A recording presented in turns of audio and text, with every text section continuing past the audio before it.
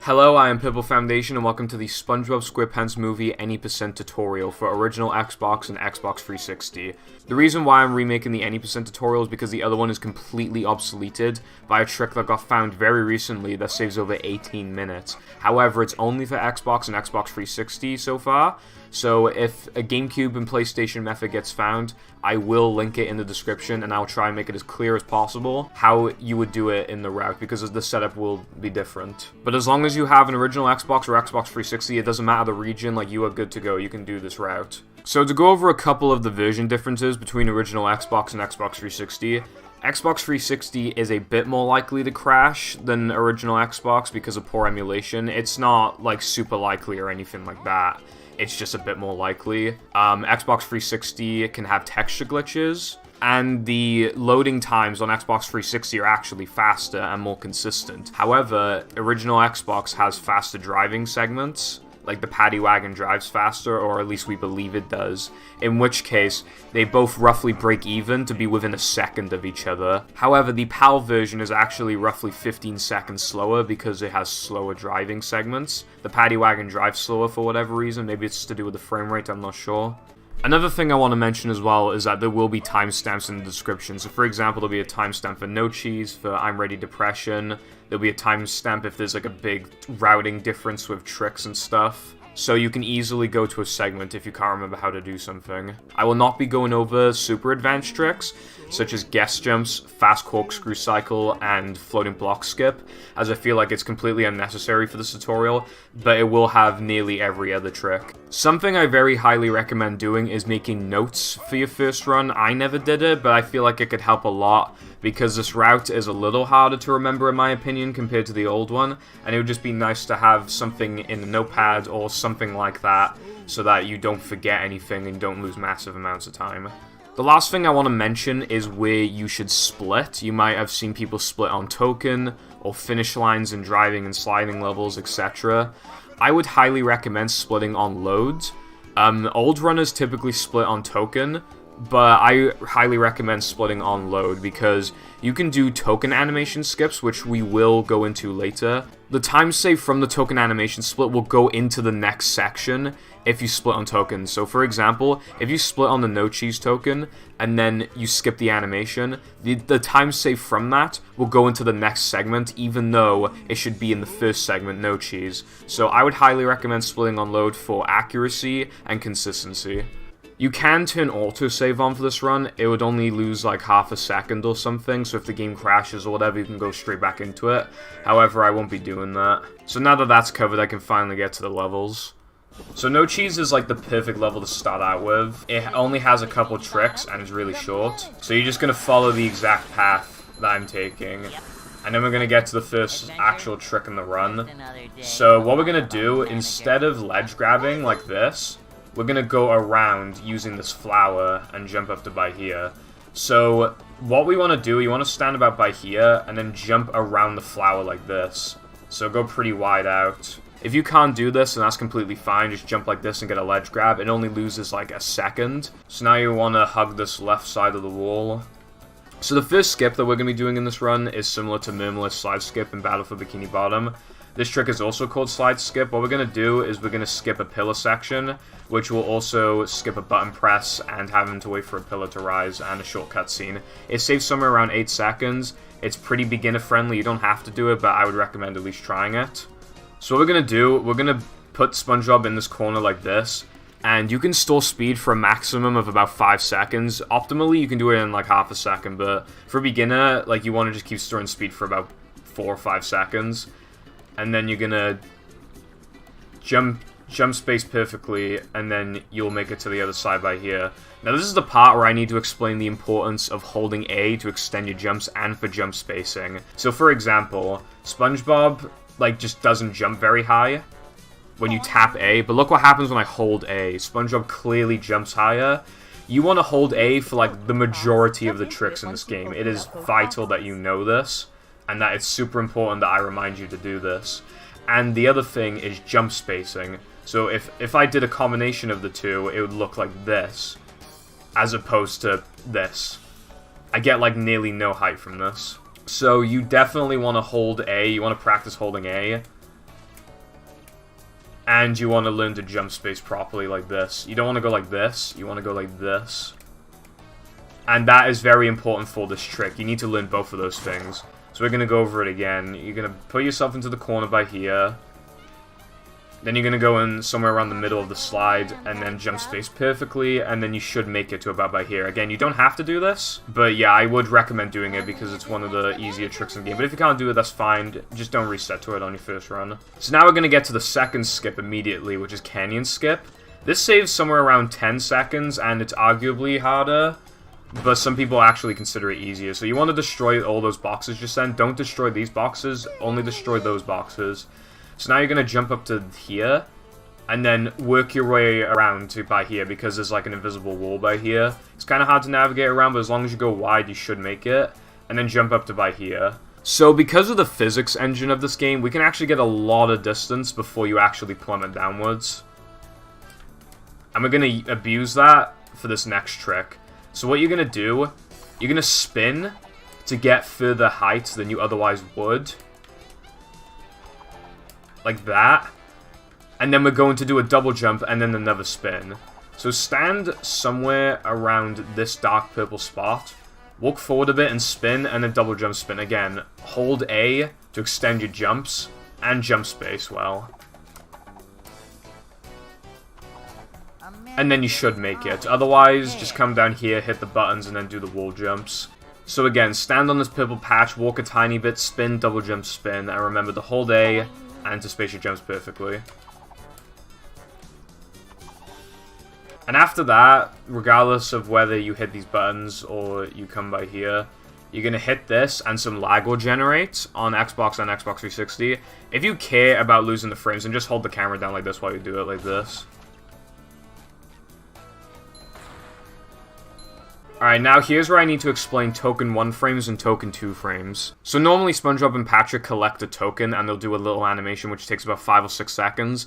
And depending on the location, you can actually skip the entire animation. So it's kind of weird the way it works, but for No Cheese, just know specifically that it is a 1 frame. You can technically 2 frame it, but it pretty much doesn't save time. So No Cheese is actually a 1 frame token skip, and the rest of them are token 2 frames. So the way it works is that when you're within the first frame of the token's hitbox, when you press start and hold forward, or just get launched to the token in general, the game will advance for 1 frame while trying to bring up the pause menu. So during that, you can collect the token while the pause menu is being brought up. This will allow you to collect the token without pretty much even touching it, and you will save about 5 seconds on average, but again, depending on the location, it could save different amounts of time. Okay, so this is what it looks like when you get the token 1 frame. Okay, there we go. So if you press pause on the right frame, you'll see that the token counter increased by 1. This means that I've collected the token, and now I can warp to I'm Ready Depression. Otherwise, if you don't get it and the token counter does not increase by 1, you just close the menu, and you just sit through the entire token animation and the cutscene. It loses about 7 to 8 seconds, which might sound like a lot, but even I don't reset to that normally. But whichever way, you will be loaded into I'm Ready Depression.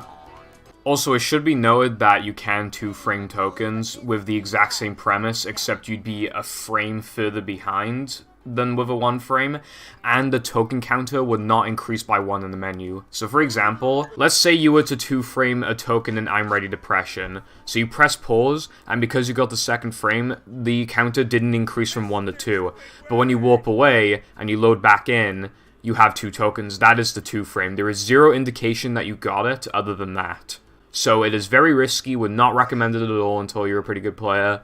But 1 frames, you might as well risk them because you will always have the token counter increased by 1 if it's the 1 frame. So when you load into I'm Ready Depression, you're immediately going to do a trick, and it's called Balcony Jump. So what we're going to do, we're going to space Patrick's jumps and hold A, just like we did in No Cheese with SpongeBob. And then we're going to skip like this entire section. It saves a lot of time, and you definitely want to do it. So there are a lot of ways that you can set this up, but the way I usually set it up, I line up the tip of Patrick's head with this part of the balcony by here, with that pole. Except I have Patrick's head be a bit further to the left. So you can do 2 full jumps, and then you'll see Patrick's arms like go downwards if you do it perfectly. like that. So line it up like that. I mean, there are a lot of ways that you can do it, but that's the way that I do it. And then as soon as you see Patrick's arms move downwards immediately, you can do another double jump. Like that. If you miss it and you land by here, you can back it up like this. Line it up with this pole by here.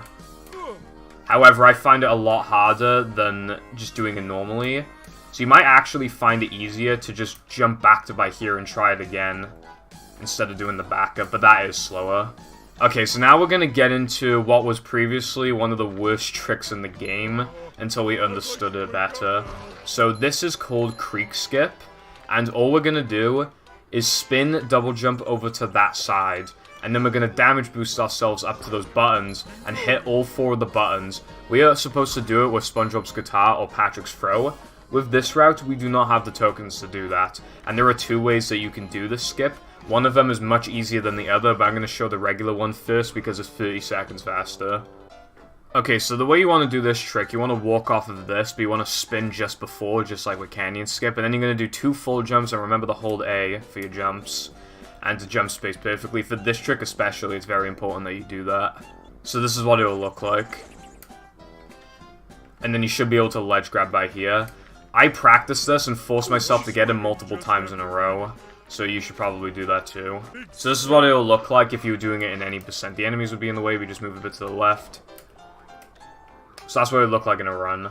And now for the damage boost. Regardless of the method that you use, you will want to do this damage boost in the exact same way. So come over to by here specifically, past this line by here, because it'll update your position. Otherwise, if you jump by here and jump into the chocolate, the game will not update your position and it will kill you. So come over here, and also make sure that you have either 2 health or 3 health, because the damage boost will knock off 1 health. So after you set your checkpoint, you're going to walk around by here, and then hold A to extend your jump, so that you get damage boosted higher. You want to hold A, and then get damage boosted like that, and you'll see that Patrick, like, got stuck on the button. When that happens, you want to hold left, or tap it a couple times, while holding A for the second jump, so it'll look like this. So this is what it looks like when you do it back-to-back.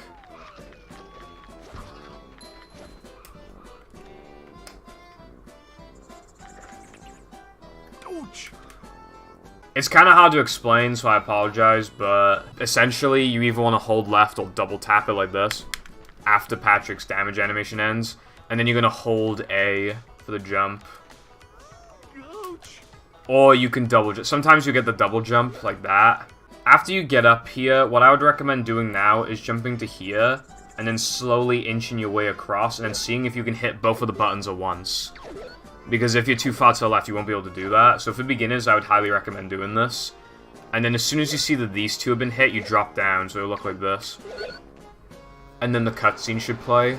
After the cutscene ends, you normally would go to the creek. However, if you want to attempt the token 1-frame animation skip, you actually have to walk back a bit to get this, because then it'll unlock the task in the menu, and that is the only way that you can 1 or 2 frame the token. But whichever way, you're gonna come up to here, and then you're gonna do this marshmallow cycle over here. The cycle is completely off for me, and it probably will be completely off for you as well. But it is just a thing of just taking whatever path that you can see, and thinking about these cylinders that can hit you. It's pretty basic, so I don't really need to go into detail about it. So now I'm going to attempt the 1 frame by walking into it slowly, and I actually missed it. That was the 2 frame. If you pause, and then the token counter does not increase by 1, and then you unpause, and then Patrick's already doing the token animation, that means it was the 2 frame. Regardless of whether or not you get the 1 frame or the 2 frame, or if you just collected the token normally, you are now going to warp to Up Chocolate Creek. So when you warp to Up Chocolate Creek, you'll warp to about by here. If you do not like the creek skip I showed you, then you're just going to follow this path anyway. Just don't do creek skip, and you'll just come along this path anyway. But you'll hit the spawner along the way because it gives you a bunch of manliness points. Alright, so when we go past this bridge, it'll initiate a cutscene, and then we'll have to talk to Mindy. There is a thing that can happen called Mindy stare, which is when sometimes you'll press B to cancel Mindy's text box, and Mindy will just stare at you for an extra couple seconds for no real reason. Or at least that's originally what we thought. Now we have a theory on why it works. We think that if you press B on the first frame of the text box or other specific frames, then you will get Mindy steer. So just wait a tiny bit before cancelling Mindy's text box. So this is what it should look like.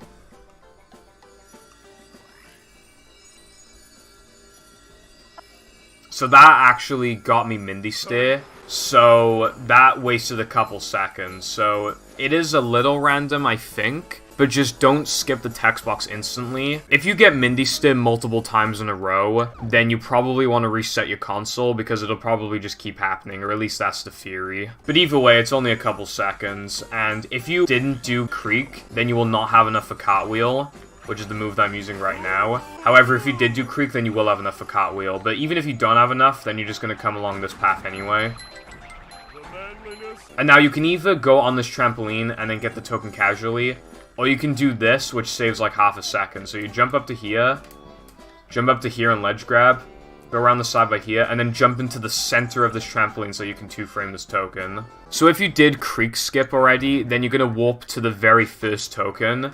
Otherwise, you're going to warp back or walk back, depending on if you got the token 2-frame or not. You're going to go back to Mindy and press R, and then you'll get the cartwheel ability. And then, in that case, you would warp to up Chocolate Creek. So if you already did Creek skip, you do not need to worry about this, but otherwise, I'm just going to very quickly show you what it looks like. So it'd be kind of the same thing, except you cartwheel off and double jump. Makes that part 1,000,000 times easier. And then after getting the token for up Chocolate Creek, you would just warp back to the first token. So you'll warp back to about by here, and now there are a couple ways that you can do this. You can either stand on this cone, you can stand on this cone, or you can go and do the popcorn stand. I'm going to show the popcorn stand first because it's easier. But the objective basically is to get up to this balcony. So popcorn stand is very easy. You're just going to jump, well, you're going to cartwheel and jump off like that. And then to get the ledge grab skip, you're going to basically take what you know from the first balcony jump and apply it here with Patrick's arms going downwards. You can even just accept the ledge grab if you just want to be as safe as possible. The other way is kind of inconsistent. I'm not even totally sure how to do the third cone, but you would basically... Okay, that's how you do it. It's probably harder than the fourth cone, but you can try both if you want. Okay, so for the method where you jump on this fourth cone by here, you're going to line up Patrick's head with a black line, like this. And then you would go into cartwheel for a tiny bit, press A, and then hold A for the second jump, and then you should get the perfect amount of height, so it'll look like this. That was kind of a bad example, but I can just do it again. And then, if you've done it perfectly, you should be able to skip the ledge grab every time as well. So that time, I started jumping too early. But what I'd recommend, again, is not holding A for the first jump, but holding it for the second jump. And then, if you did it perfectly, you can jump up to either by here or by here. And if you did popcorn stand, you'd be about by here. But whichever way, you're going to cartwheel, double jump over to this part by here. So the final jump is kind of hard to explain. It's really easy on Xbox 360, like it's nearly free, but on original Xbox it's actually pretty hard. So you're going to need to line up your camera perfectly if you're on original Xbox, kind of like this. And then you're going to walk into this part of the wall. If you go like this, you'll slide off.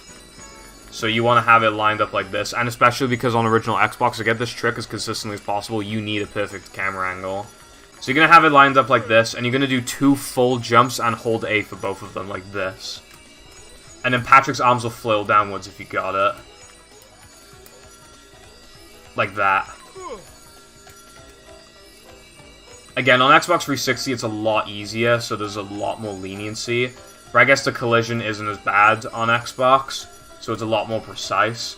But yeah, remember, have this angle, don't have this angle, don't have this angle.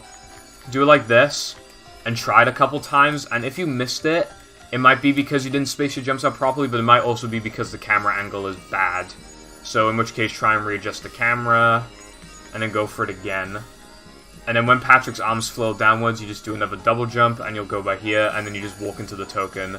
Now, something I should say is that you may have seen that we one-framed the no cheese token. It is one of the only end-level tokens you can actually one-frame. So the only ones you can actually one-frame are no cheese, Dennis, and Dennis 2. Well, you can actually two-frame those two, but yeah, those are the only ones where you can one-frame or two-frame the main objective and warp to the next level. So for all these other end-level tokens, you cannot do that, so you're just gonna jump into the token.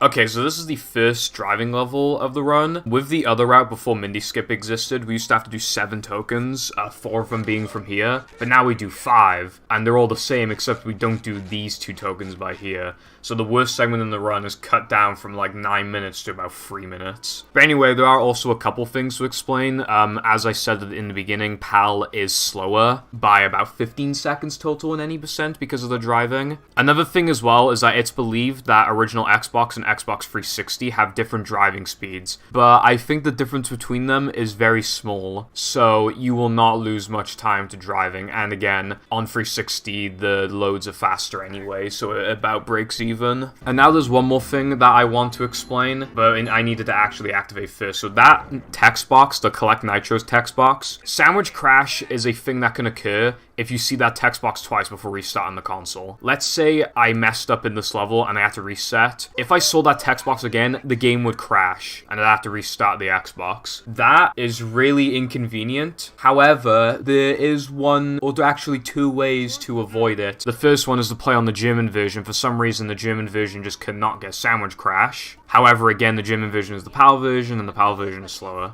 And the second one actually loses about 4 seconds total if you're going to do it in both of the sandwich drivings. You just need to remember. So at the beginning, you're going to hug the right side of the wall by here, and then you should avoid the nitro text box. You would have to do that in both of the driving tokens. That would lose about 3 to 4 seconds in any percent, but if you really don't want to restart your console, then that's how you avoid it. Otherwise, you got to restart your console every time you see it. And I'm just going to mention this because the community didn't know this until weeks ago. On original Xbox, you can actually soft reset the console by holding the select button and the start button at the same time for 3 seconds. And on Xbox 360, you just go to the home menu and then you get brought back to the dashboard and then you restart the game. So those are the 2 fastest ways on Xbox 360 and original Xbox to restart your game to avoid sandwich crash. But anyway, we're just going to do the rest of this level normally now. And we are going to nitro in specific places to save time. Nitro management is very important. You almost always want to pick up nitros if you see them, because it's even faster than the paddy wagon's top speed. So the first nitro is going to be used by here.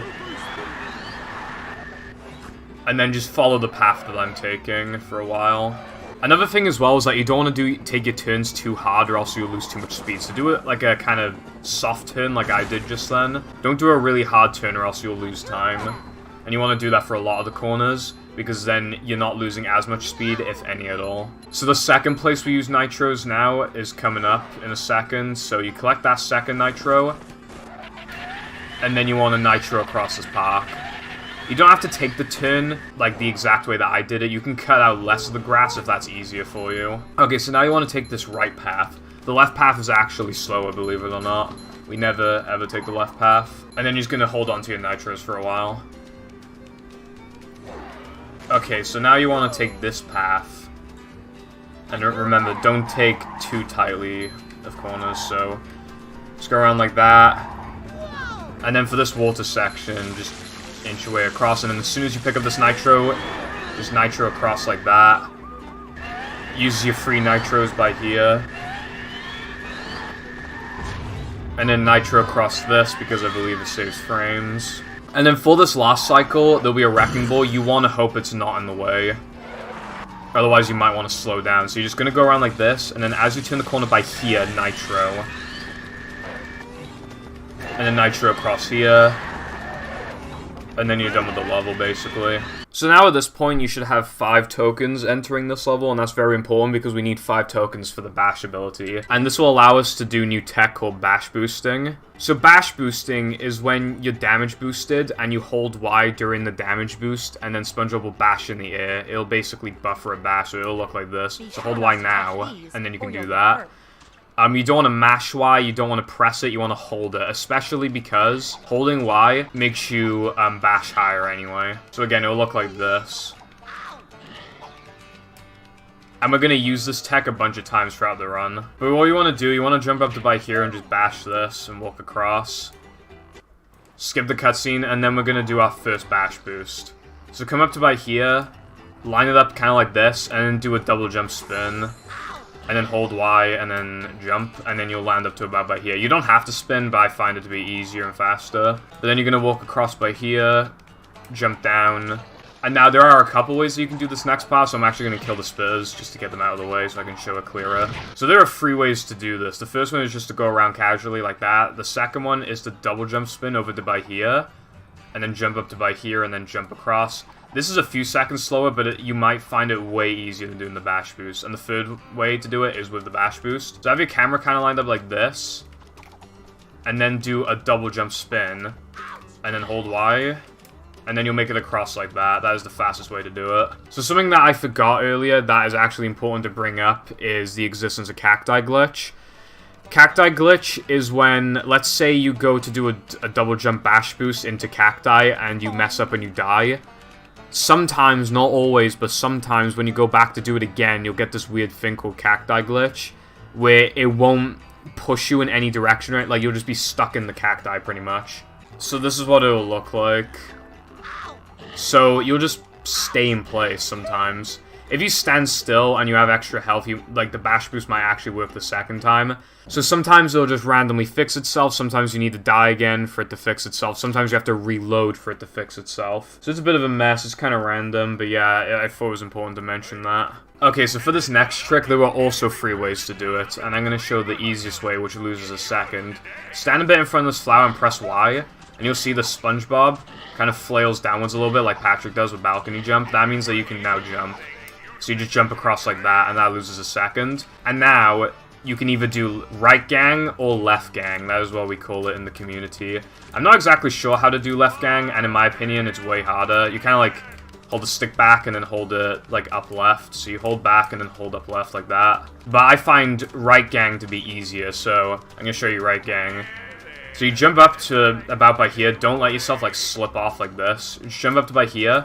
And then for the first jump, hold A. And when you're at peak height like this, you are going to then hold right like that. Just directly right. And then you should get it every single time. It's 100% consistent. You can also do left gang if you want, but I find it to be more difficult. But whichever way, they're both roughly about the same amount of time anyway. But yeah, it's about a second faster than doing this flower method. And now you're going to do another bash boost. You can either manip the banjo guy or hope that you get good RNG and don't have to. But I'm going to show the manip. So you let him slam once, and then kind of like move back a bit. So he slams you in the wrong place, and then you do that. So that kind of went by pretty fast. I'll try and explain it again. So kind of line it up like this, and then just do a double jump spin, and then turn your camera in the middle of the bash boost, and then you can get a boost off of that rock. If you wait too long, like I did just then, you'll slide off and then die from the goo. So line up like this, double jump, and then you'll land up to about by here. And now what you want to do, you want to break this boulder, and then you'll unlock the bungee challenge. Alright, so this next trick is going to be really difficult to explain, so I'm actually not going to show it off now, because the only way it's faster is if you do it with another trick, but then it like changes the route completely, and it's just a mess. So I'm just going to show the easy way of doing this first, and then I'll show the other way if you're going to do steamed early. So you're just going to bash this button, and then you'll have to watch this cutscene, and then you just jump to the SpongeBob pad over there. So we're going to go on the trampolines now, and then you just jump over to this token.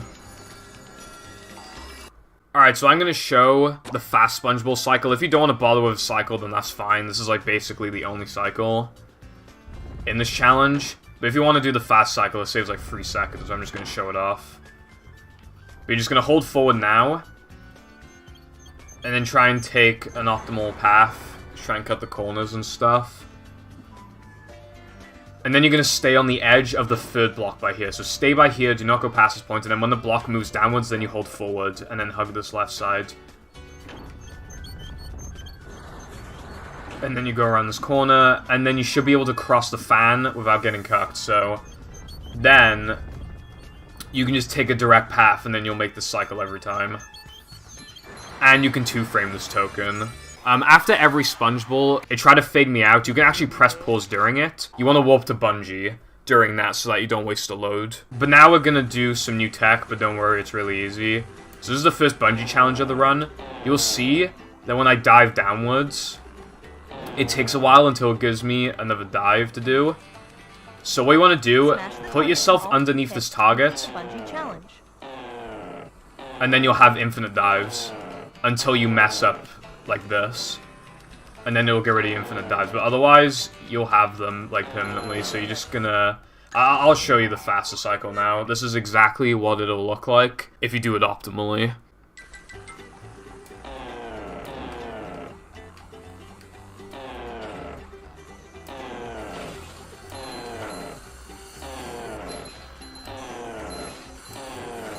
And you can 2-frame that token as well, but it only saves like 2 seconds. So if that's the case, then you would just warp back to bungee, otherwise it's gonna go in this box, and then collect this token.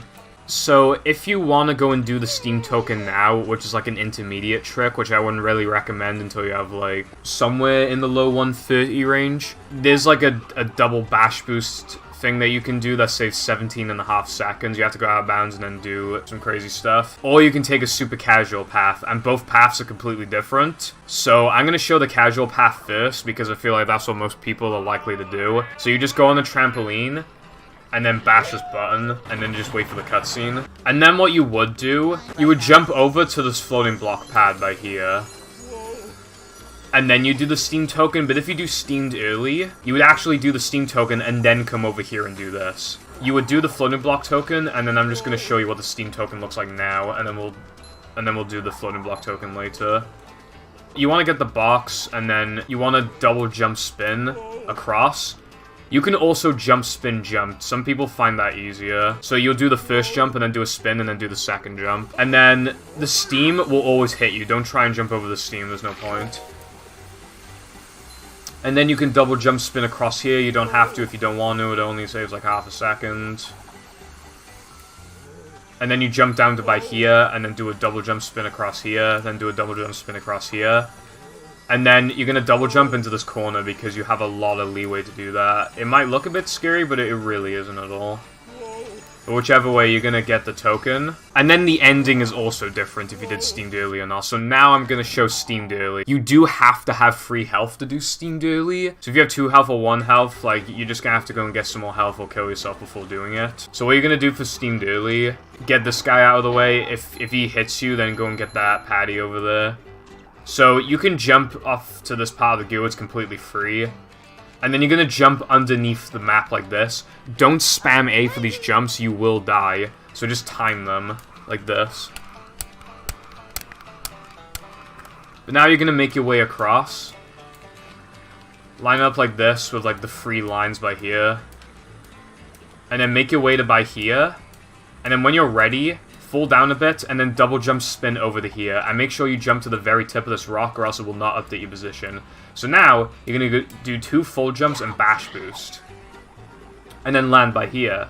And then you're going to do a double jump spin, or just a regular double jump if that's what you want, and then jump over to by here. And then you'll land either by here, or by here. And then you're going to try and clip back in. You want to keep holding A like this so it doesn't kill you, by the way. And then you're going to jump over to by here, clip back in. That was really fast, just repeat it if you need to. And then you're going to walk off a little bit, and then do a double jump spin. You'll land about by here. And then you do the rest the same as before. That might seem like a really quick explanation for a trick that I said that I don't recommend for a while. It really is what it looks like. Like, there isn't really much trickery to it. It is exactly what it looks like. And now, if you decide I'm going to do Steamed early, now I need to show you a different trick, because you definitely should do this trick if you're also doing Steamed early. It is 1,000 times easier than Steamed early. And this is what I was talking about earlier about changing the route and stuff. So what you would do, you would do this trick called Bounceless. You know the cutscene that we saw earlier? We can just completely skip it. So this is what it looks like when you get one of the 4 frames. So that was actually the first frame, I think. So what you would do then is warp to bungee. You would do bungee, and then after bungee, you would see if you got the bounce token. The bounce token would be by here. Then you would do Steamed early. Then after Steamed early, you would drop off and kill yourself because you'd have 1 health left. It would look like what I'm showing on the screen right now. And then you just come over here. And then you just do a double jump, bash boost over the sponge ball. and then you do Sponge Ball, and then after Sponge Ball, you warp to patch it gets steamed. So I apologize if that's all really complicated and stuff. You do not need to worry about that route change at all if you're not doing steamed early, but if you are doing steamed early, you definitely want to do that. So if you did do steamed early, then you're going to warp to the steam token, and then you're going to walk over to the floating block pad. However, if you didn't do steamed early, then you would have already got to the floating block pad. But now I'm going to show you floating block, and I'm going to show you the cycle that I do. There are faster cycles, and I think there might be slower cycles, but I think it's just better to show my cycle. One thing that you can do in this game is actually buffer inputs through a load. So for example, I'm going to warp back here, and now I'm going to hold A right now. So right now I'm holding A. And SpongeBob just did a jump. I did not have to wait until afterwards. In BFBB, the counterpart to this game, you cannot do that. It is like an exclusive thing of the SpongeBob game. So you're actually going to do that for this floating block pad. The loads for the floating block challenges are actually really short. So about halfway through the load, you want to hold B. And then you should cartwheel before the challenge even starts. And then there isn't too much to explain. Just try and follow the path that I'm taking. If you don't like it, then that's completely fine. But just try and follow it if you can. The cycle will be completely off if you try to reload it and the 3, 2, 1 go thing doesn't happen. I think you can re-enable the 3, 2, 1 go thing by closing out your save file and then reopening it. So that's a good way to practice it. But yeah, a good time is when you hit that checkpoint when there's about 3 minutes and 37 seconds left. But yeah, just take the path I'm taking. It's relatively easy. But I just want to show what it looks like so that you know that you're doing like an optimal path.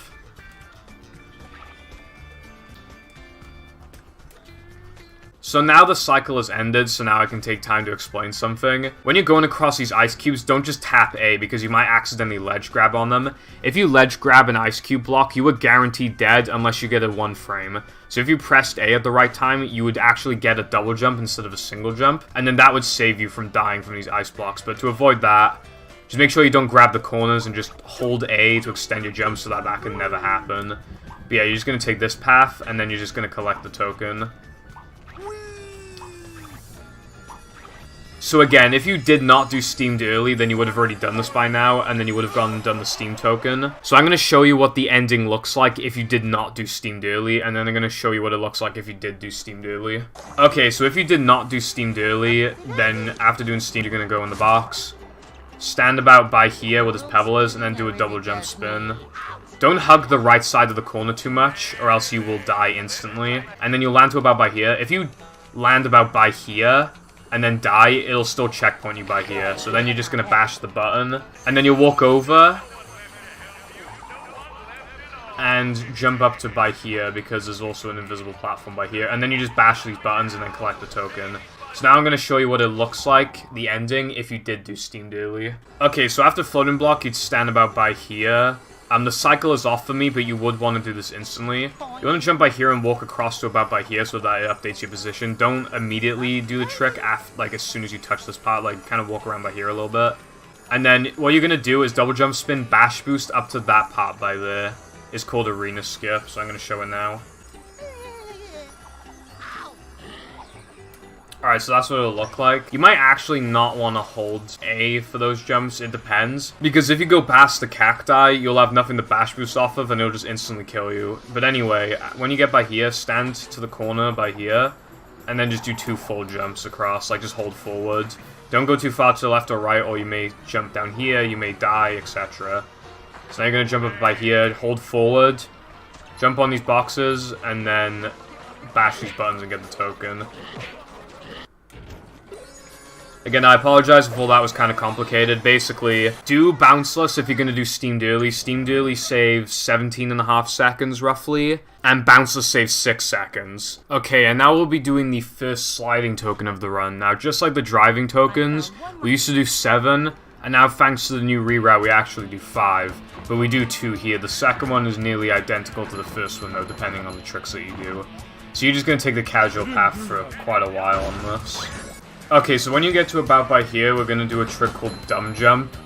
In the first rubber dub token, it saves like 45 seconds, and then the second one, it saves about 35. So I'd highly recommend doing it. What it essentially is, you let yourself fall for a long time because the game's physics engine lets you do that. Then you hold A for both of the jumps, and you jump space perfectly. So you have a lot of leniency on this, and how high you go up to do it will factor in, like, how much leniency you have and how much you need to hold A and stuff like that, or how long you can wait until you can do the jumps. But this is just one example of what it'll look like. So I aim for the flower on the right by here, and you can see there that I got it. And that kind of happened really fast, so I'll try and explain it again and maybe show if I miss it, like why I missed it. So again, you go up by here. You can line it up with that tower over there if you want. And that time, that happened because I went a bit too high up, I believe, while also trying to wait as long as possible. Because again, like, one can factor the other, so... It can also happen if you hold left or right too early. So maybe you just want to, like, hold the same direction for a little bit and then do the turn. It is kind of hard to explain, but it is seriously a thing of holding A, spacing your jumps out. How high up you go factors in, like, how long you need to hold forward for, or how long you have until you can jump space and stuff like that. But the goal is the same, and I would recommend maybe aiming for the flower on the right side every time. So go past this flower, go up to about by here, double jump off to by here. Now, if you cannot get it, that's okay, you don't need to do it for your first run. You can just take the casual path. And then there is another trick that you can do that I guess I'll show on screen now. And it's kind of like dumb jump, but easier. And you only have one shot at doing it. If you miss it, you cannot back it up. And it saves like 18 seconds for that route. So, if you don't like this, you can try doing that. Or you can just take a super casual path and not do any strats. So, if you did dumb jump, then you'll get to around like this corner by here. If you did the bridge jump, then you'll land about by here somewhere. And then you just take this path. And now here's the next jump. You definitely want to do this. This is really easy in comparison to dumb jump, and dumb jump isn't that hard anyway, and it saves like 20 seconds, so... You can stay on the left, jump, and then immediately take a right turn and double jump, and then just keep jumping until you turn across quickly, so that you don't have to go, like, and do a really slow turn. Because otherwise you'll look like this, and you don't want to do that at all, so I'll try and show it again. So instead of doing this, you can instead do this.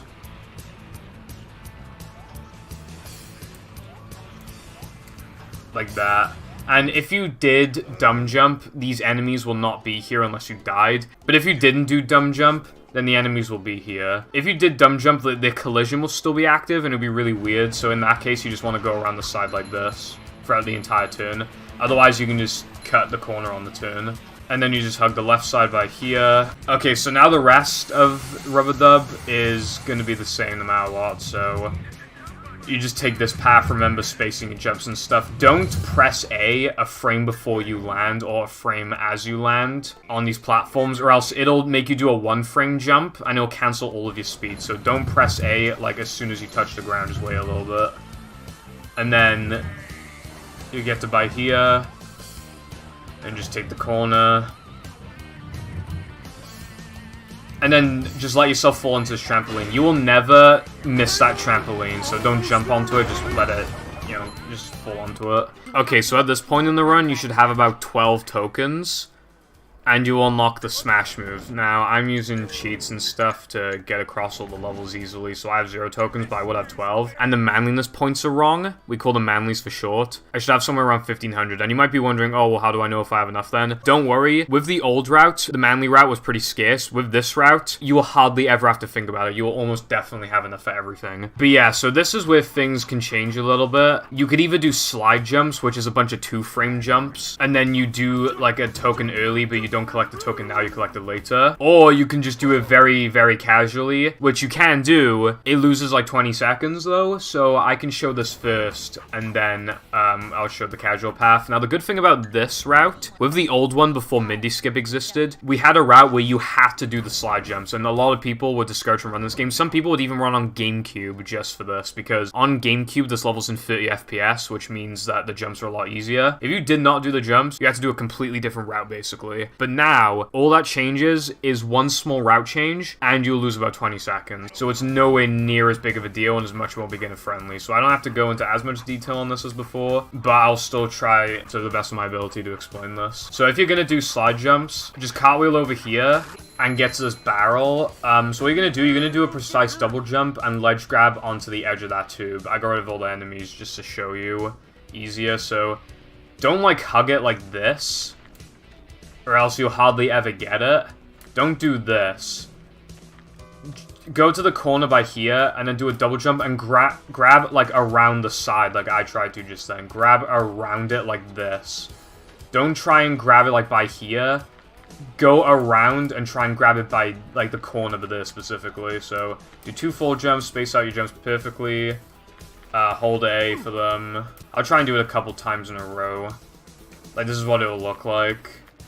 Some people even have a lot of trouble just getting this. But just try and grab the corner around the side like that. Just don't try and do it like this. Don't start the jumps by here, start them by here. Walk up a tiny bit, you know, hold A, etc.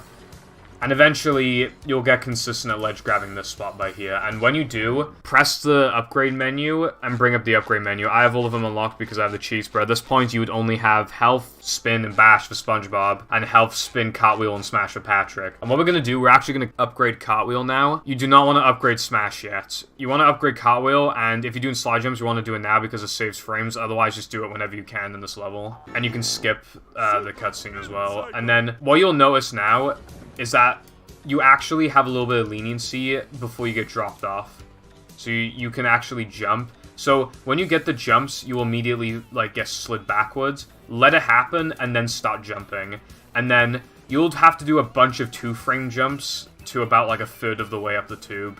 So you'll have a 2-frame window before Patrick can no longer like jump on the tube normally. So this is what it looks like ideally when you do the jumps.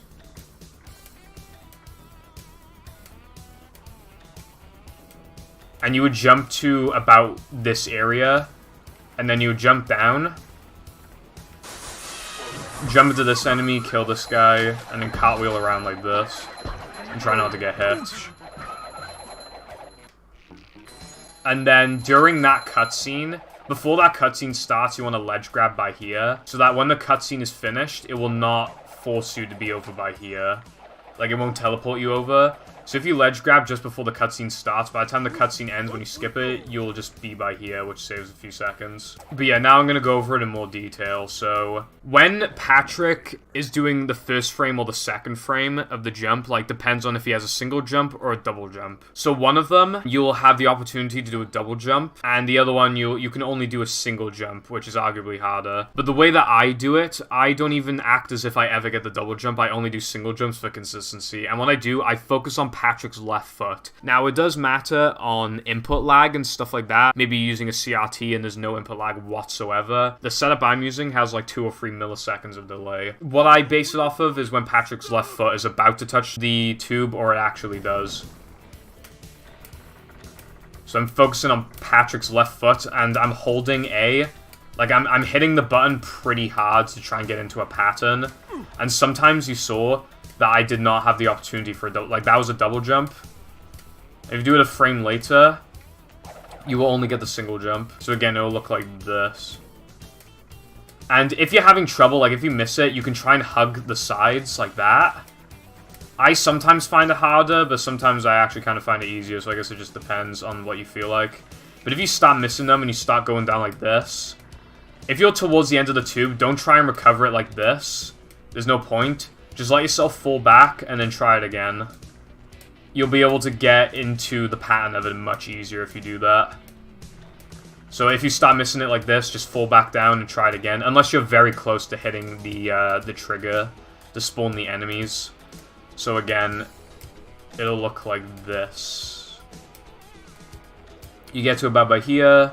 You'll jump down, and then the enemies will spawn. And you'll know you got it if either the enemies spawn or if you killed them, if the smoke appears outside of the window. So, like, that's how you know for a fact that you got it. So this is a pretty hard trick overall for, like, how little time save you actually get. But I thought I'd show it, especially because there's going to be some 2-frame jumps later in the run that you have the option to do that saves, like, a minute instead of this amount of time. And some people actually consider them to be easier. It just depends on what type of person you are. So factor in input lag, and factor in, like, if you're playing on PAL, then it's actually 50 FPS instead of 60. And again, don't forget, like, you can't do Mindy skip on GameCube, but if you could, then you could just do these jumps in 25 or 30 FPS. So I'm just going to show one more time.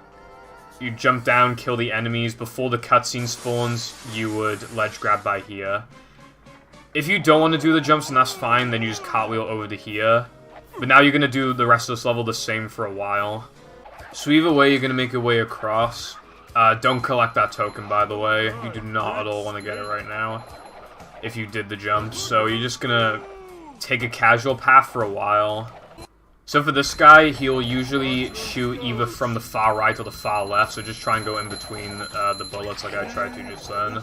For this next part, to do it as optimally as possible, you kind of want to cut your jump short, so it'll kind of look like this. So you carry a little bit, and then do that. Because the buttons will start falling like that.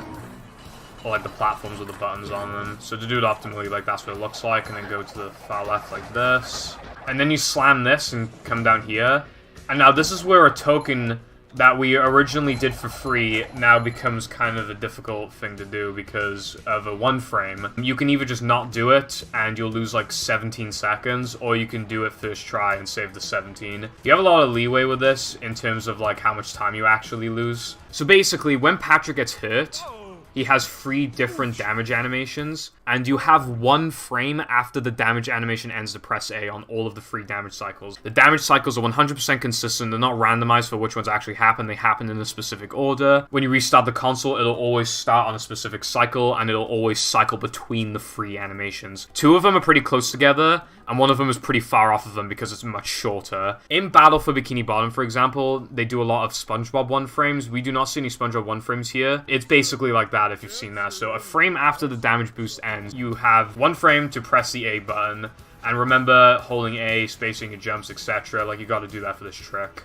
So basically, what you do, you line it up like this, do 2 full jumps, and then that's what it'll look like if you get the 1 frame. You'll be able to do a double jump.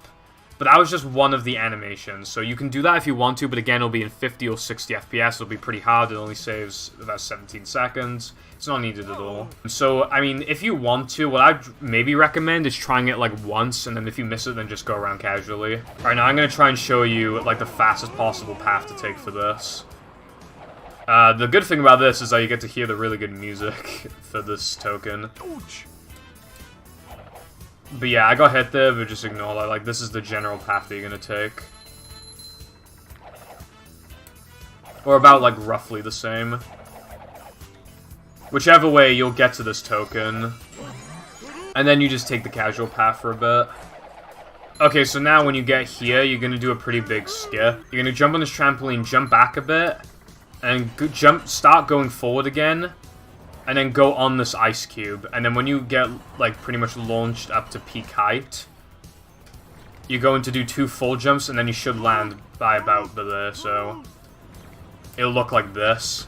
If you need to, like, set yourself up for it, like, if you want an easier way to do it, you can do it like this. So you can just do it like this, jump forward, press Y to go on the cube, and then just do it like that. If you get the ledge grab, it's no big deal, by the way, but yeah. Like, if you want to, like, set it up, you can do it back and forth like this, or you can go on the trampoline like I showed you. But yeah, it'll look like this when you get it. If the guys are shooting you, and you want it to be safe, like, just stand here for a second until the coast is clear. But yeah, now you're gonna go across this path. You will unlock the throwing through electric task just from walking by here. And we cannot do this now because we do not have the throw ability, but we will come back here later, so I thought that was worth mentioning. Okay, so here's where things get a tiny bit complicated. If you did slide jumps, then you're just gonna do what I show you now, which is, the SpongeBob pad is over there, but you'll get the warp just... So, like, stand about by here somewhere, and you'll get the SpongeBob warp. to warp to the SpongeBob challenge. So you go in the menu and then just warp to SpongeBob. If you did not do slide jumps, you do not want to do that. But I mean, you want to get the warp, but you don't want to warp there just now. So this is where there's a routing difference. So if you did slide jumps, your segments will look like this. Bubble Blow and Baby Hunt, no Weenie parking, then Rub It Up 2. If you did not do slide jumps, then you're going to do the rest of this level differently. And you're going to do Bubble Blow and Baby Hunt, no Weenie parking, Bubble Blow and Baby Hunt SpongeBob challenge, Rub It Up 2, Sandwich Driving 102. So if you did not do slide jumps, then you just take the path casually, go down the slide, kill all the enemies, get the token at the end. But remember that you want to get the SpongeBob warp, but just don't warp to it now. If you did do slide jumps, then you're going to go by here, get the SpongeBob warp, and warp to it now. Luckily, this is by far the easiest SpongeBob token in the run, so I don't really need to show very much. All I really need to show is the cycle at the end. Okay, so the ending cycle can be a little bit difficult to understand at first, but it's just about waiting. So these blocks that just went on the platform, wait until they leave and then go across. You actually just want to wait a few seconds, and then just wait for this. And then don't try and do this too fast, just take your time if you need to. You can build up a bit of speed by doing this. You can try and 2-frame the token, which I actually got. Even if you don't get the token 2-frame, you want to warp back to the beginning anyway before it fades you out.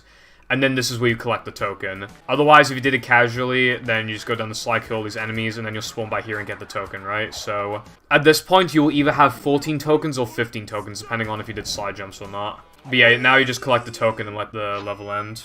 Okay, so now we're going to be doing no Weenie parking, which is the second driving token that we do in the run. It's all a bunch of the same stuff in concept, you know, like the nitro management stuff. Take the exact path I'm taking, though, because it's more optimal. There is a thing that can happen called full flap glitch. You technically do 3 laps. I mean, you cut the 3rd lap really short, but you technically do 3 laps on the track. However, sometimes the final ramp will not spawn, which is required for a key. We used to have to go all the way back around and do another lap, which is why full flap glitch is called what it is. We actually found a way to avoid it like half a year ago. It does lose like 10 seconds. On Xbox 360, it can happen. On original Xbox, it's nearly impossible. I've seen it like once. So just keep that in mind. So just take this path. And also, something I forgot to mention that would really be important to know now. The less health you have, the slower you go. So if you lose health, then try and get a sandwich as fast as possible to regain your health. So yeah, just take this path. Remember about cutting corners like not too tight and stuff like that.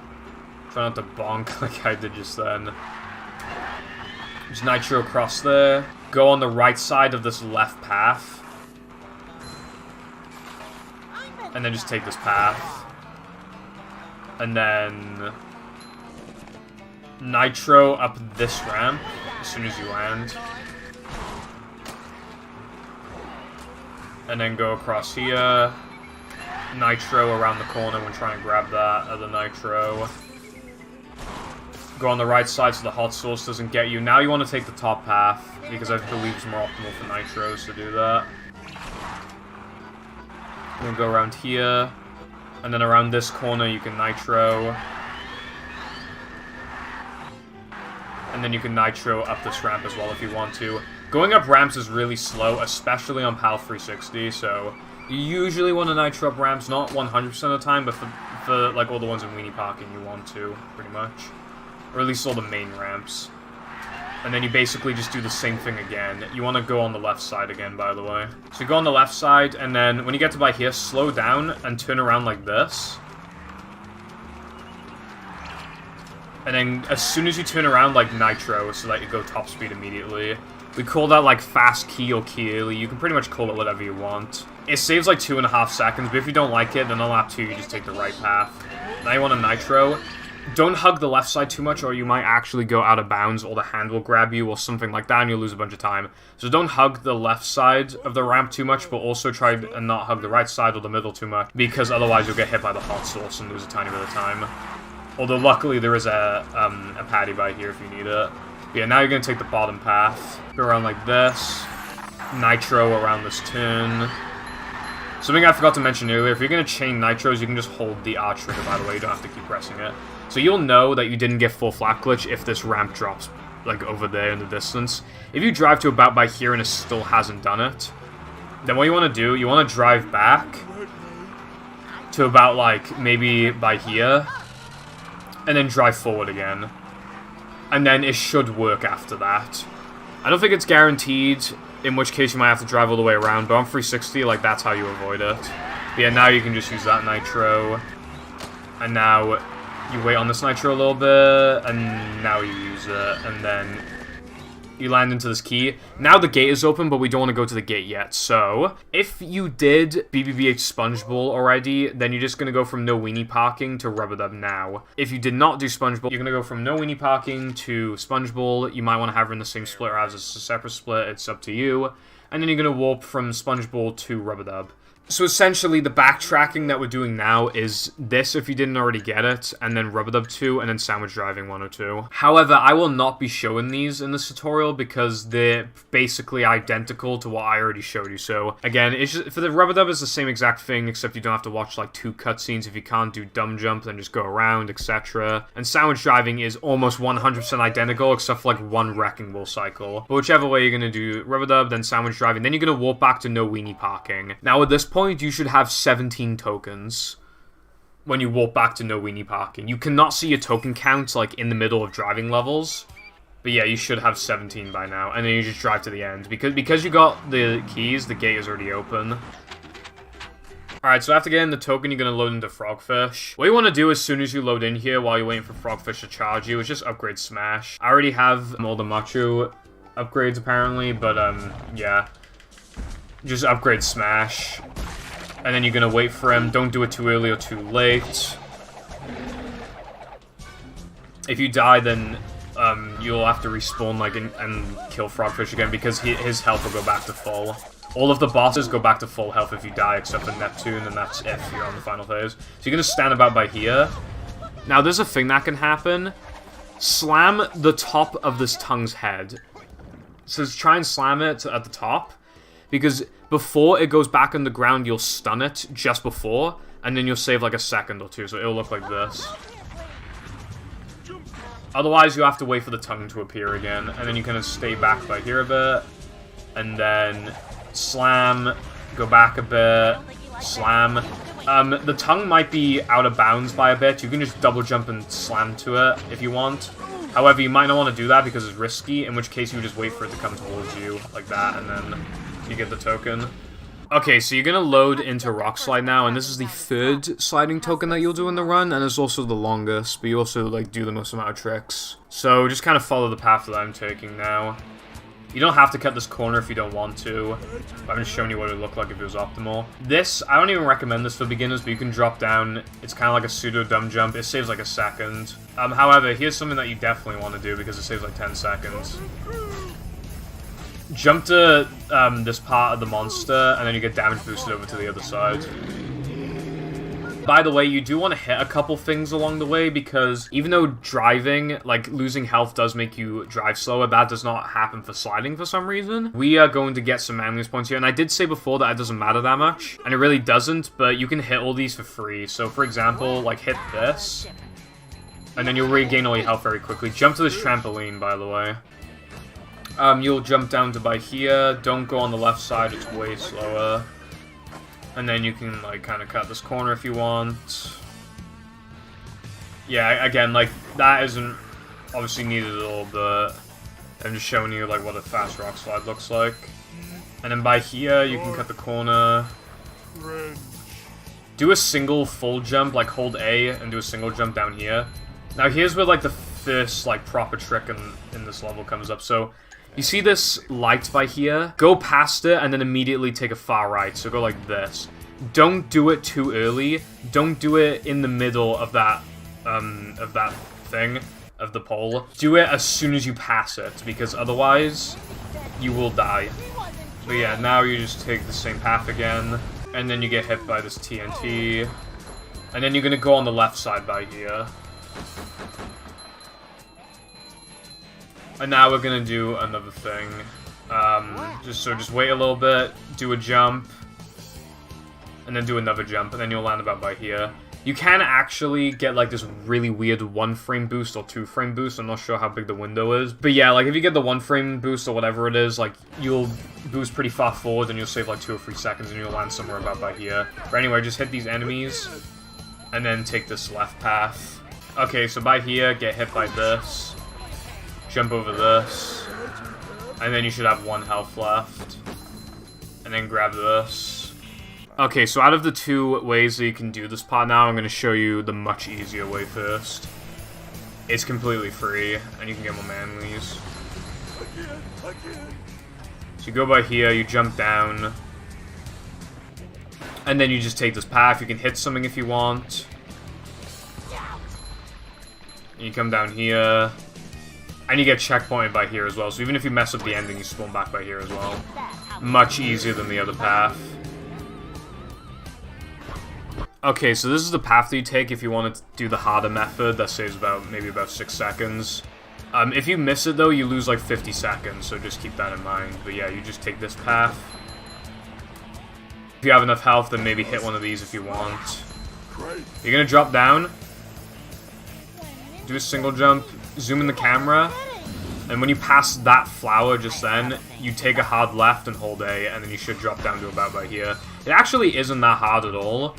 But it's still kind of tricky, and again, like, you'll spawn all the way back here otherwise, which loses about 50 seconds.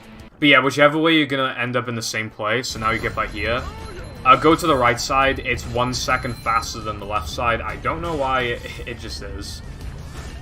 But yeah, now you're gonna finish Rock Slide, and you should have 20 tokens. So now I will go over what tokens you should have, because you need 20 tokens for Now That We're Men, which is the very next level. So yeah, you should have the No Cheese token, you should have Sponge on a Wire, Ounce of Bounce, and Up Chocolate Creek for I'm Ready Depression. You should have 2 Sandwich Driving tokens. You should have all 6 of the free K tokens. You should have 2 Rubber Dub tokens. You should have free Bubble Blow and Baby Hunt tokens, which is the key ingredient, Disco Star, and SpongeBob Challenge. You should have the No Weenie Parking token. You should have the Frogfish token, and you should have the Rock Slide token. Sometimes it will appear in the menu that you didn't collect a token when you actually did. That usually happens if you 1-frame or 2-frame tokens. I don't think it always happens if you 1-frame tokens, but it still sometimes can, and I think it always happens if you 2-frame tokens. But as long as your token count is 20, which you actually can check in the sliding levels, unlike the driving levels, then you're good to go. Okay, so again, at this point you should have about 20 tokens, so you're loading into Now That We're Men. And you just cancel Mindy's text box. Again, I have 0 tokens just for the sake of getting around easily. But yeah, now you're just going to go around this level. You will have non-upgraded bowl. You want to bowl this and then immediately upgrade. We do not want an unupgraded bowl at all. But yeah, just take this following path. Stand by here. Bowl this from a distance. And then double jump spin over to this rising platform. And jump up by here. And something you can do to save like a second or so is that you can jump on this. It's like one of the only signs that you can consistently stand on for some reason. You just jump on that, you go across by here. Something I should explain about wall jumping, because we barely do it. If you hold the direction that you want to go in, you wall jump a lot faster. So this is me. Like, left, right, as opposed to just doing nothing. Like, it's a lot faster to hold the direction that you want to go in. But yeah, you'll get by here, do a double jump, just do some wall jumps. This cycle's off sync for me, but yeah, it's pretty obvious like which path you have to go along. And now here's a trick called cutscene skip. If you don't want to do this skip, then all you gotta do is bowl that button and then bowl that one, and then a cutscene will play, and then you just walk across. But there are 2 ways to do cutscene skip. One of them has you doing a ledge grab skip, and one of them doesn't. I'm going to be showing both, but the ledge grab version is probably a lot easier, and it's still like 10 seconds faster or so than doing this method. So yeah, what you want to do for the ledge grab method, line it up like this, and then you're going to do a jump, spin, jump. So remember about holding A, and extending your jumps and stuff like that. So you want to stand by here, walk off a little bit, and be like, jump, spin, jump, like that.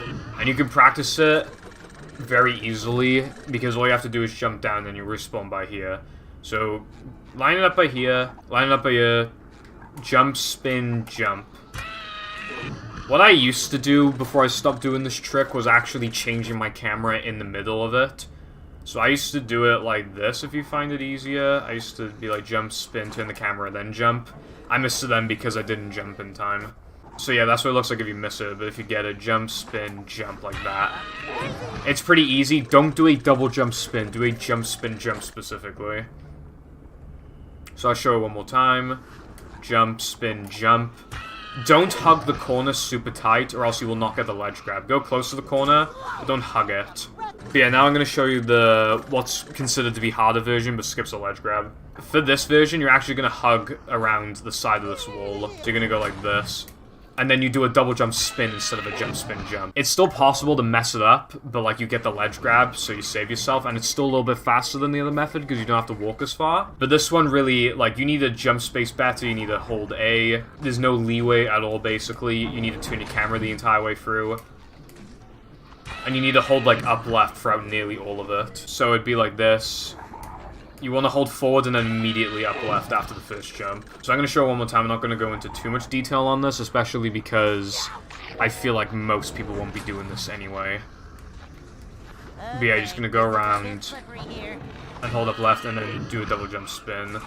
But whichever way, you're going to land by here, or if you just didn't even do it, you're going to land about by here after you're done. And now what you can do if you want, you can start bowling about by here to hit these Z's. You don't need them, but it could help, like just in case you accidentally miss a bunch of manliness points. But you go down the slide, jump on this guy so he can't shoot you from behind, and then double jump spin over to here, and if you feel like you're about to slip off, then just double jump back up to here. Double jump spin over to this platform. And then you're gonna do bungee. Okay, so something very weird about this bungee challenge. There are 3 in the game. There are NTWM bungee, 3K bungee, and plank bungee. This is the only one of the 3 where you can break the targets, like, underneath them. And I think the reason why is because the targets are usually programmed as buttons, so you need to hit them from the top. However, they forgot to program it properly in this level. I think it's something like that. All that really matters is that you can break them from underneath, but you can still get the infinite dive. So this is what it'll look like, roughly. Like, the cycle is a bit off, but yeah. So you go underneath it, it'll break the target, but you still got the infinite dives, and then you just take this general path, I believe. Again, the cycle's a bit off, but it can't be, like, that different. So just, and then go ahead in the direction that it's going in, and then... You can 2-frame this token, but it only saves 2 seconds. So either you 2-frame it, or you go in this box, and then you bowl this guy. While you're waiting for him to rise up, like, there's nothing else to do other than to get the manlies by here. And then you go along this path, and then you're gonna do another bash boost.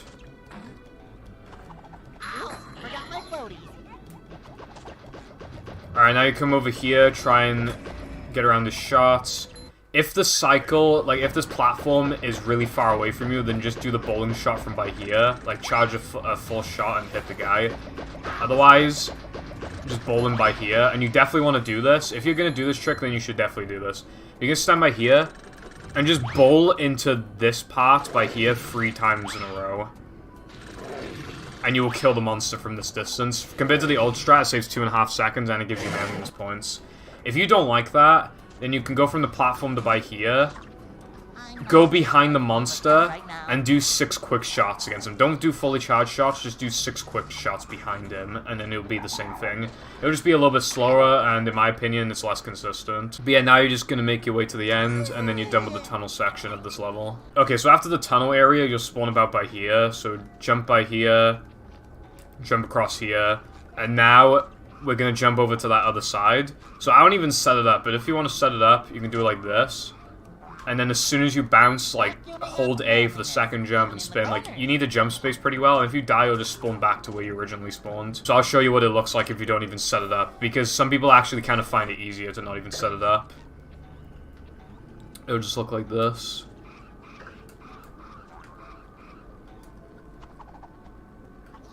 But yeah, whichever way you'll land by here. Go around the side like this if you just don't even want the possibility of getting hit. You can either do this, but it's pretty precise. Or you can just go around like this. You know, there's only like a half a second difference. And now here is Chris Skip, one of the oldest tricks in the game. When this monster extends its mouth out fully, like, you'll see that it touches, like, the edge of the platform in the background. That's kind of the angle that you want. And you want to walk forward a bit, and then do a double jump and a bash boost. You want to, in midair, jump into the monster, and then do a second bash boost. Something I should say now, though, like, watch what happens if I purposely mess it up now. You will see that I still had the potential to bash boost there, and that can sometimes happen. So sometimes, if you double jump and bash boost right off the edge, you can just immediately walk off and try and do it again. And sometimes you'll maintain all of the momentum that you originally had. Not always, but you sometimes will. But yeah, if you do it properly, then you're going to walk a bit, double jump, hold back as much as you need to, and then hold forwards when you're ready to jump on the monster's head the second time. So I'll show that again. So line it up again, and then do a double jump, hold back as much as you need to. See, look, that is exactly what I was talking about. So that time I actually had too much speed, even though I held back all the way. That is kind of why you want to make sure that you do the jump spacing properly and stuff. And that you don't get too much speed. But you want to hold back a lot most of the time. If you get hardly any speed, then obviously you want to hold forward. But this is one of the easier tricks in the game. And it saves a lot of time. Like, you definitely want to do it. So, show it one more time. And then you land by here, and then you get the token. Now here's where things change again. You can either drown yourself and then do monster skip, like we're gonna abuse that monster again to get the token up there. Or you're gonna warp to the second token, and then you just walk to the floating block pad. Either you just warp and then walk to the floating block pad, or you do monster skip. So I'm just gonna show you what monster skip looks like. There are a million different setups for monster skip, but I'll show you like the 2 or 3 that I know of. So after getting the token, you're gonna drown yourself, wait for it to fade in, and then you stand like roughly by here. Turn the camera, you can do this in so many ways, but when the monster extends its mouth out to any part of this pillar that you want, that is when you want to do 2 fully spaced double jumps while holding A and a spin. You can either do it by here, which I don't recommend. You can do it by here, which is my setup. So when he fully extends his mouth out to the middle of the pillar, then that's when you start doing the double jump spin. Or you can even do it like by here. But I'm going to show it in the middle because that's the setup that I do, and I know for a fact it's 100% consistent. Okay, so I'm going to show what it looks like if you were to, like, do it in any percent. Sometimes it'll flash white instead of black, I'm not sure why. So you'd set it up, obviously hold A, space your jumps out, bash boost. And then do that. You might be wondering how we just didn't immediately get hit off after the first bash boost. And the reason why is because of the eyelashes' really weird invincibility frames. The eyelashes kind of act like a little platform to stand on as well, so as soon as you see yourself land on it, just jump up again to the second part of the eyelash. That might have seemed like I barely had any sort of visual cue for that, and most people do it like that, but I'll show you the way that I do it. That was kind of a bad setup, but it should still work. Okay. I put the camera down like that. So I press up on the camera, which makes it go downwards because the axis is inverted. You can see the eyelash clearer. Most people don't like doing that because it requires more button inputs to get the trick. But this is what I've been doing since 2018. I find that to be more consistent. If you set this trick up really fast, not perfectly, but if you set it up pretty fast, it saves like 15 seconds. So just know that. So you would get the token, and then you jump to the floating block pad. Otherwise, if you don't do monster skip now, you'd warp to the second token, you spawn down there somewhere, and you would just walk to the floating block pad. Okay, so now we're going to do diet floating block skip again. I'm not going to show you regular floating block skip, it only saves like 30-something seconds. But I will be showing you diet floating block skip, which has existed for about half a year, so if you're a really old member of the community that is only just now coming back and you dread this floating block, well, don't worry, you only have to do, like, not even half of it, pretty much. But yeah, you're just going to navigate your way around here. This part's kind of hard because you get a very bad indication of, like, where you're actually supposed to go. But you do need to keep something in mind, which is to not collect the next checkpoint. That's the main thing that you got to think about. So that checkpoint in the top right, do not get that checkpoint under any circumstances. If you get that checkpoint, you have to do the entirety of NTWM Floating Block Casual. You have to, and you'll lose like 30 seconds. So instead, wait for this block on the left side to come towards you, right? And cancel your jumps if you need to. So you can see, we went around that checkpoint. You need to do that because basically, if you go out of bounds, a hand is supposed to grab you. In this challenge specifically, and maybe a couple other ones, where the checkpoints are determines where the hand triggers are. So yeah, you just come along by here. And then you go to this block by here, cartwheel off, and then you can just get to the token. That saves like 30 seconds over the old method, and you can 2-frame this token if you want, but only if you already did monster skip. But yeah, after collecting this token, if you 2-framed it, then you'll be closer to the end level token, but only if you did monster skip. Otherwise, if you did not do monster skip, then you gotta do monster now. So I'll just show you what that looks like. So you do this. Like to do it optimally, like you skip the second cube, cartwheel off this.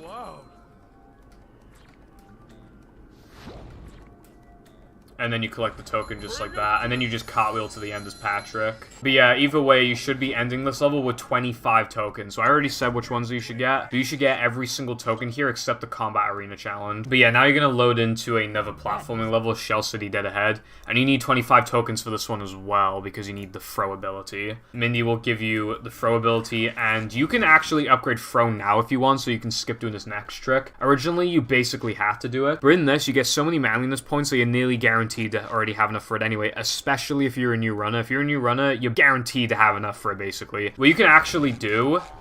I'll show you when to upgrade this later if you're not going to do this, because then it'll save frames. But what you're going to do is pick up this melon and hold R to charge your throw and actually throw it at that button. And what it'll do, it'll initiate a cutscene where you watch this toilet seat move downwards. It loses maybe like 5 or 6 seconds, potentially not even that. And if you don't want to do it or you don't have enough manliness points, I'll show you the alternative. But for a while, I would recommend doing this because it's much easier. But whichever way... I'm gonna come across here, go around like this. If you stand a bit further to the right, a Merv will spawn. And the Merv isn't as troublesome as before because it no longer gets in the way in the guitar challenge because we don't do the guitar challenge. But you'll have to kill the Merv and that'll lose a lot of time. So just hug the left side. And if you don't have enough or you just don't like want to be slow, then you can do toilet skip. Toilet skip, there's a huge like wall around here. So what you would do, you would walk off to that other side, or you can cartwheel and jump off. Something I should say right now, though, is that if you have a save file where you already hit this button, the invisible walls around the side will no longer exist, which will make toilet skip completely free. If you want to actually practice it, you need to do it on a save file where you haven't already hit this button. But yeah, you can walk off and then do it, and you can cartwheel off. You need to hug this pretty tight. So I cartwheel, so I just do cartwheel, double jump around the side like that. You're navigating around invisible walls. It makes complete sense if you missed it a bunch of times originally, and it is kind of difficult. I'd put it around the same difficulty as maybe Monster Skip, or maybe a little bit easier than that. And it doesn't even save as much time, and it's after Monster Skip, so you really don't need this at all. It's a very insignificant trick now, compared to before. If you're gonna do it, you can jump around like this, you can cartwheel around. Just remember, like, the save file thing I told you. Just make sure you do not hit the button over there. But yeah, cartwheel, hold A, and then you get around there. And then by here, you just cartwheel, double jump around the side. Don't worry if you ledge grab. And then you're just going to throw this at the TV. And then you can hit these along the way if you want. If you feel like you really need the manliness points, which you probably won't, then just hit all these along the way. You'll get a bunch of manliness points. And now here is Cirque Skip. Cirque Skip is one of the easier tricks in the game. It's much easier than doing it casually. So what I'd recommend doing, I'd recommend spinning to give yourself extra distance and then cartwheeling off, so you look like this. And then you can double jump to the other side. Another thing you can do is cartwheel into the side like this, and then go across. However, you're nearly guaranteed to ledge grab there, so it's slower. And in my opinion, it's not as consistent. But if you find it more consistent, then hey, whatever works for you. But yeah, whichever way, you're gonna get across like this, and then you'll collect the Cirque token. Now, there are 2 ways that you can do this next part, and there's a 3-second difference between them. You can either do the slower way, which is arguably easier, but also arguably harder at the same time, and same applies for the other one. So I'll show you the one that most people consider easier. So after getting the token, you double jump and slam into the goo by here to kill yourself. And then when you respawn, you'll spawn by here, and then you do this. Stand somewhere around by here, and have this enemy hit you while it spawns, and now you have momentum. Press Y to go on this ice cube, and now you have stored momentum. So you might find that it's actually very difficult to control this at first. Like, it just isn't normal, because we haven't done this tech at all before, and this is the last time we actually use this tech. So, yeah, it's really weird, but essentially, you are storing momentum on this ice block. You want to throw yourself at the other side, like on top of here, right? So when it launches you, now you do 2 full jumps and you land by here. It's kind of hard to explain. You want to hold A, make sure that your jumps are extended. When it's about to throw you forward at its peak height and its peak speed, that's when you want to press A to get off the ice cube. I'll show you the faster method now. So if you want to do the other method that's faster by 3 seconds, after getting the token, you're going to cartwheel, double jump. The spacing is pretty hard, and then you jump over to by here. Now you have much less momentum than before, And this is why I said it's arguably easier, but also arguably harder. It's arguably easier because you have less momentum, which means that it's easier to control. But you could also argue it's harder because there's a lot less leniency with how well you need to perform this trick. You'll have much less speed, but the concept is the same. When it gets peak height and speed, like you jump up to by here. The only thing you need to know about this, though, if you're going to practice this trick, like this way, then you need to keep something in mind. The enemy needs to be in the perfect position for you to practice it properly. So in practice, what you would do, you'd have to do this. And then you'd have to jump on this trampoline and jump by here. And then do it again to spawn the enemies in the perfect place, or else you will essentially not even be practicing it. But yeah, if you want to do this faster method, you have to keep that in mind.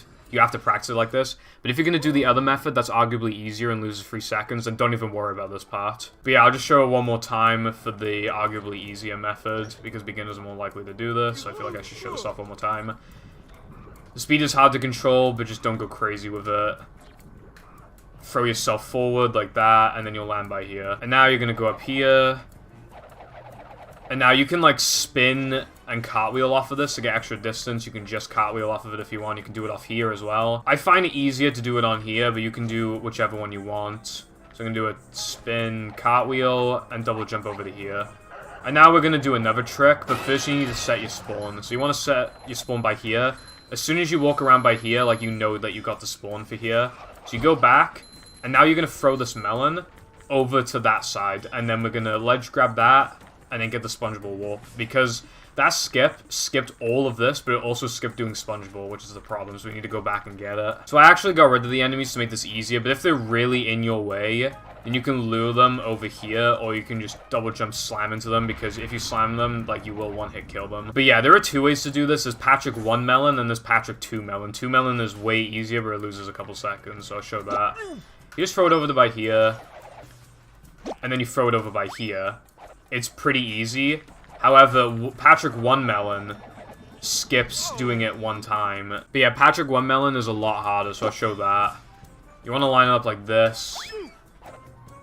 So you need to hope that the enemies aren't by here, because you're more likely to get screwed over by RNG. Then you need to do 2 fully spaced jumps to get up here. But yeah, when you get up by here, you're going to cartwheel to about by here.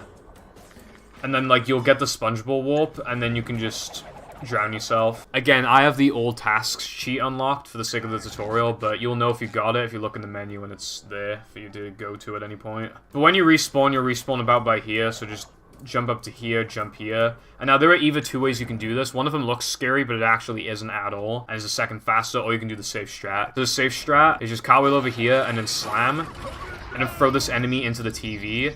Otherwise, just cartwheel and grab this, and the spinner will be up against you, but he'll almost never hit you. But it's just easier to do the spinner method if you find that to be more comfortable. Okay, so this part is very important because I see people do this all the time. When you're on this trampoline and you're about to throw this melon, do not hold throw. Like, just don't do this at all. You just want to wait and tap it like that. It is much easier and it's faster. So you're going to grab this melon and throw it now. And then just cartwheel to this area. Okay, time for free meter. Basically, we're going to apply what we know with the BBBH slide jumps to here. And some people actually consider these jumps easier because you just go in one straight line. You jump all the way up in one straight line. Whereas with BBBH slide jumps, you kind of go like this. But with these jumps, you just go like this the entire way through. These jumps save about a minute if you do them perfectly. However, it'll probably be a while before you get them perfectly in a run. But you should still maybe save time with them. But for now, I'm going to assume that you want to do the free meter jump. So what you're going to do not destroy this TNT at any cost because it will destroy this. And you can see that it says pull R to exit. If I press R now, it'll take me to the other side of the level. So you want to go around the side like this. There'll be a box here. You just hit it like that. Wasn't so tough. And you pick it up. And now this is the setup that I use. So look at this box to the right. You need to not destroy this box beforehand for the setup. Line it up like this. So be to the left of this thing right here. Have it lined up like this, and then slowly inch your way forward, and then when the hand is no longer on the box, like you'll see by here, it's on the box, when it disappears, like that's when you can throw the crate. And then that's basically perfect. And now what you do is cartwheel and double jump over. This is where you would upgrade if you haven't already upgraded throw yet, by the way. By the way, when you stand on a crate after you've thrown it, it'll slide you off sometimes. Not really sure why this happens, but it isn't really important. Just make sure that you don't stand still in here for too long. Another thing as well is that there will be a spitter here, and it will try to shoot you. So if you want, there's a box by here, there's a box by here. If you go around by here, you'll bait it into going all the way over here. If you really need it out of the way, then you absolutely can do that. You'll just lose a bit of time. So now we're going to jump to the tube, just like with BBBH, except this time it's even easier. So you just cartwheel, double jump. You might have the crate be further away, like maybe somewhere by here or a bit by here. You can still do it, but then it's more precise. Like, this is as easy as it gets by here in this location. But yeah, now you're just going to apply what you already know. It might be hard to see because of the lighting and stuff, but it's basically the same stuff, you know, holding A, acting as if you only have a single jump, hugging the wall if you want to recover, etc. Although, I would argue for this trick specifically, it's even harder than with BBBH jumps to recover. Because, like, let's say you miss it, and it's like, you try to hug against the wall, like, it just sometimes isn't viable. Like, it just threw me to the other side just then. But yeah, if you make it to the end, it'll look like this. And then, you can 2-frame the token like I did just then, in which case you'd warp to 3 Meter Island. Otherwise, you would just go down this tube like this. And then maybe try and hit the spitter on the way if you didn't already hit it. But yeah, again, if you, like, need more detail on this, like, basically apply what you know for BBBH jumps, like, apply what I said earlier for those jumps to here. Like, this saves about 3 times as much as with BBBH slide jumps. And some would consider them easier, some would consider them harder too. But I would honestly, like, it depends on the day for me, but I do sometimes consider these jumps easier than the BBBH jumps, because you can do it in a straight line. The only problem is that you need to play consistently well for a longer period of time. As you can see, like, I just missed the last jump and I'm falling all the way down. And that can be a lot harder to recover from than BBBH jumps. Like, it's a lot more punishing. However, just keep in mind that they are both 2-frame jumps. And this one is in a straight line, whereas BBBH isn't. However, you do like twice as many jumps here. So the second way of doing this, which is theoretically faster, but usually won't be faster in practice, is by using tech called Invisible Crate. And this will be the only time that I do this in this tutorial. What we're gonna do, we're gonna use Patrick's upgraded throw ability to throw this crate against a wall. And when the crate explodes, some of its collision will come off and still exist on a different part of the level. So the setup is to pick up the crate, bring it over to by here, and then throw it and hold forward for as long as I do it for. So I'll show it now. Okay, so as you saw, the collision is around by here somewhere. And then when we stand on it, we'll get this really weird sliding effect. And if you stand on it in the correct way, like, you'll see, like, I just got a huge height boost. It's pretty inconsistent, but what I'm trying to do with, like, this piece of collision specifically, because of its angle, I'm holding, like, back to jump onto it. And then I'm trying to get boosted into the air, and then I'm trying to land on the piece of collision again before hitting the floor, so that I get even more height, and then I get to the ceiling. So, as you can see, I just got a massive height boost, and now when you're up here, you're just going to mash A. Try not to ledge grab to the other side of the tube, so maybe not completely mash it.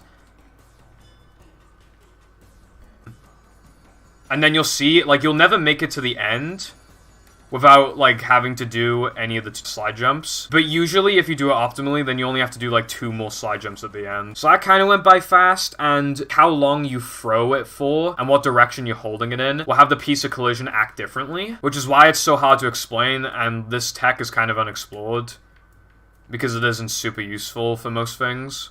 But basically, whatever direction it tries to take you in, you want it to take you in that direction, preferably up to by here. It's possible that if you do it wrong, like, you'll just never get the height or the distance to actually make it up to the top of the tube. You might be able to make it so that you get to the bottom of the tube, and then you do the 2-frame jumps all the way up, but that's slower than just doing the normal setup for 3 meter. So yeah, I wasn't originally going to show this because I felt like it might have been too hard to understand. So I apologize if this is kind of hard to understand or rushed, because I don't really understand it myself, and I personally just find the other method to be better and more consistent. But hopefully this is a decent enough explanation for you to at least understand, to an extent, how the tech works, so that you can practice this for a bit to see if you like it. But yeah, I apologize if the explanation is a bit short, but it is seriously like what you already know, but applying it to a different location.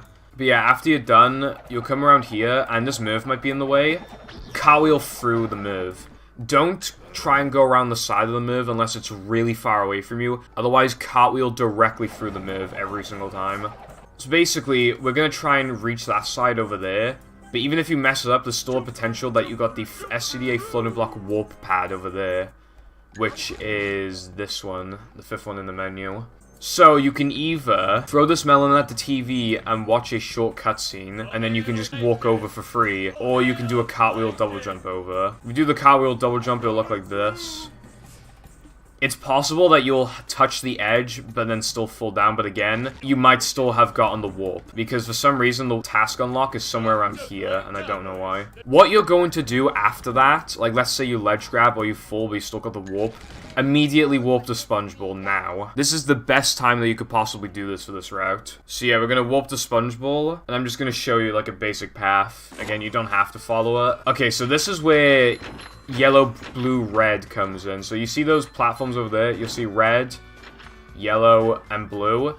You can think of it as in any order you want, but a lot of people think red, yellow, blue. Keep that in mind when you get there. Just always think red, yellow, blue. It is the only SpongeBob challenge where you'll need to worry about that, but still, like, you definitely want to keep that in mind. But yeah, we're just going here at a decent pace. Stay here, and then stay here. Take your time around this fan if you need to, like this. Just when you pass the fan, start going faster. So go a bit slower when trying to maneuver around the fan, but once you know you've gone past it, go a bit faster. So you see yellow, blue, and then wait for this, red, yellow, blue, red, and then like let's say you bonk by here, just be safe. Now you can either go around normally or you can do this, and then you can try and frame this token, which I did not do. But don't forget that after every sponge ball, before it fades out, you can just warp away. So now this is where you're going to do an SCDA floating block. Okay, so what we're going to do now, we're going to warp the floating block. And don't forget what I said before, roughly about halfway through the load, just hold B. Okay, now this is where I actually need to show you something else.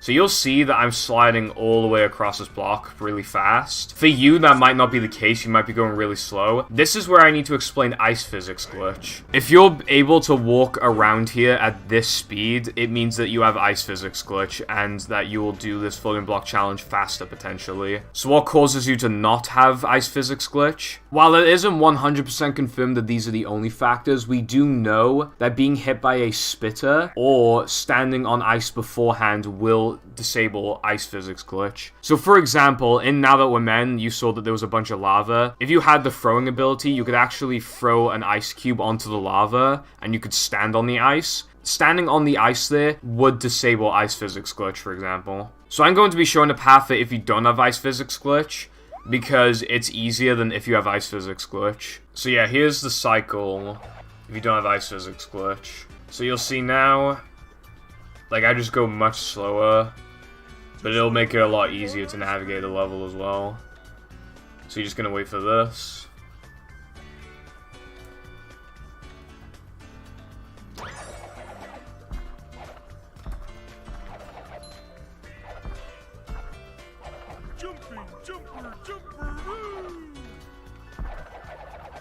But yeah, there isn't too much to explain here.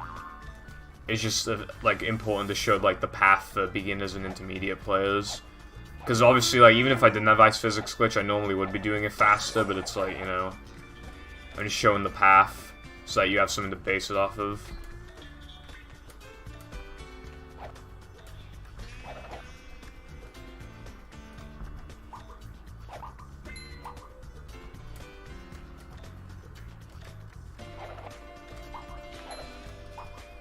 Oh yeah, make sure to hold A and space your jumps, by the way, because I nearly just accidentally ledge grabbed the ice block then. That would have been really bad.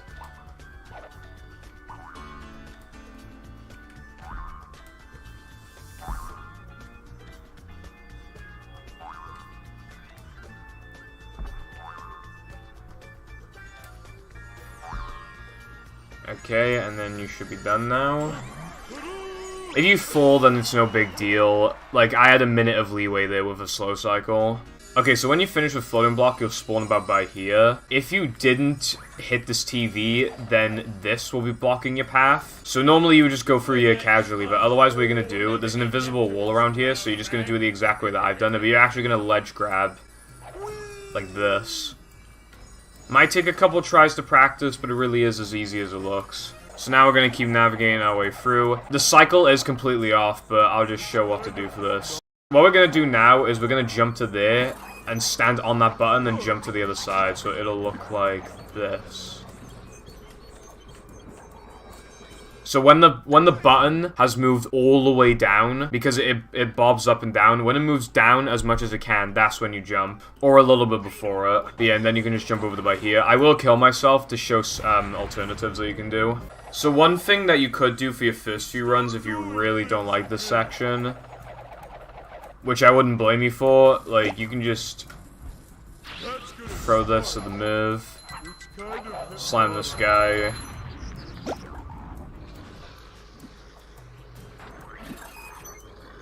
and then do that, and then it'll just spawn these buttons. Or you can throw the guy at the spitter and then do the skip, it's totally up to you. But yeah, now I'm going to kill myself again to show you what the cycle would look like after floating block if you do it really fast. So it'll look like this.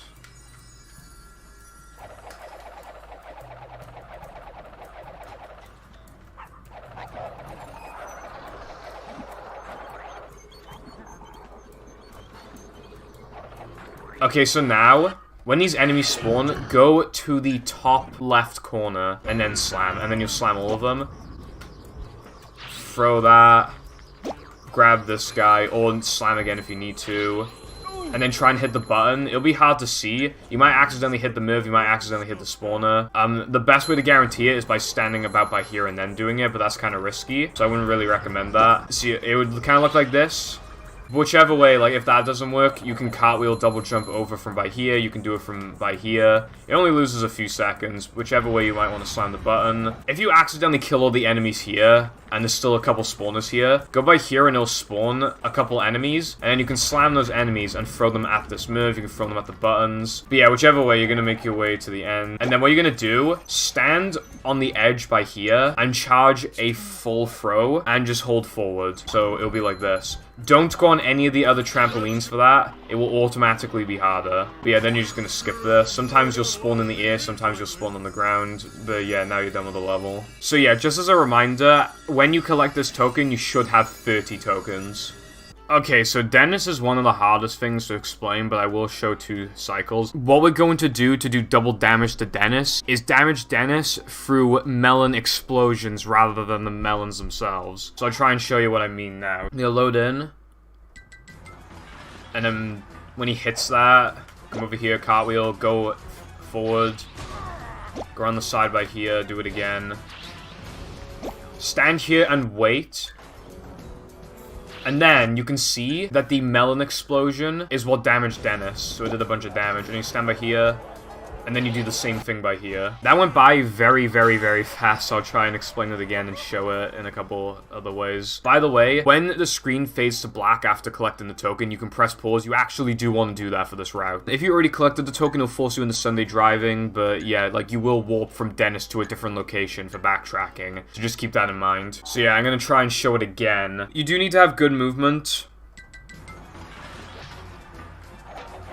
and to, like, understand everything properly. But it's like, you know, you want to hold, like, you want to hold R for long enough so that Patrick starts, you know, charging up his throw, but nothing past that. You just want him to charge it to, like, the minimum. And then if you feel like the enemy's in the way, you can even, like, do this. Which I don't recommend doing, but you still can do that if you want. I'll try and show another example now. That's it, Patrick. Keep it up. So there you can see, I still damaged Dennis, but he didn't get stunned. This is what you do in this situation, which only loses a couple seconds.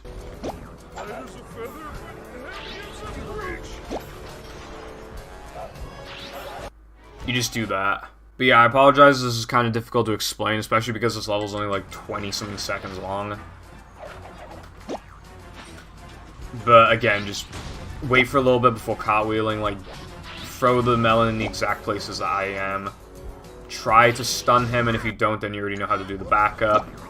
Hope that the spinner isn't in your way, and then just throw the melon. There really isn't much else to it than that. Okay, so you may recall earlier that I said that the only end-level tokens that you can actually 1 or 2 frame are No Cheese, the first Dennis level, and the second Dennis level. I'm going to show you what it's like to 2-frame a token on Dennis now. So when you kill Dennis, a cutscene will start. If you press pause 1 or 2 frames after skipping the cutscene, you can bring the menu up and skip the token collection animation. So it saves the same amount of time as any average token 2-frame, but the way it works is completely different. Unfortunately, the most consistent way to do this is just to spam A and start. So as soon as you get the final hit on Dennis, just spam start and A.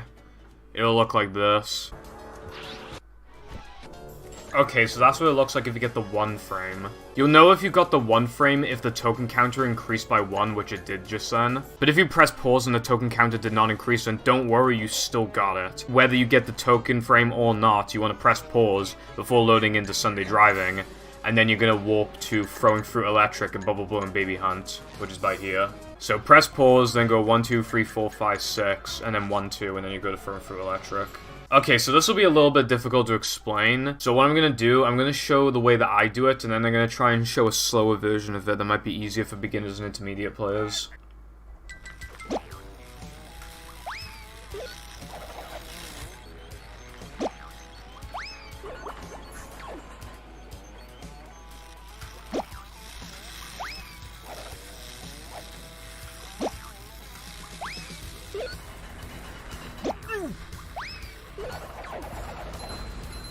How much of a man do I have to be?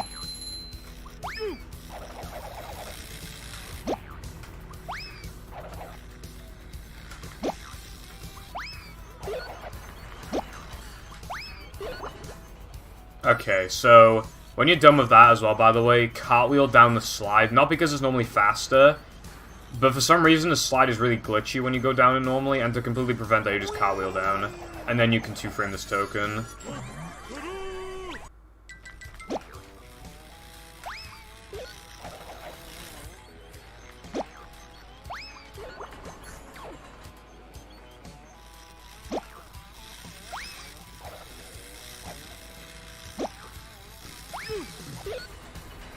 It's kind of hypnotic. Bring him to.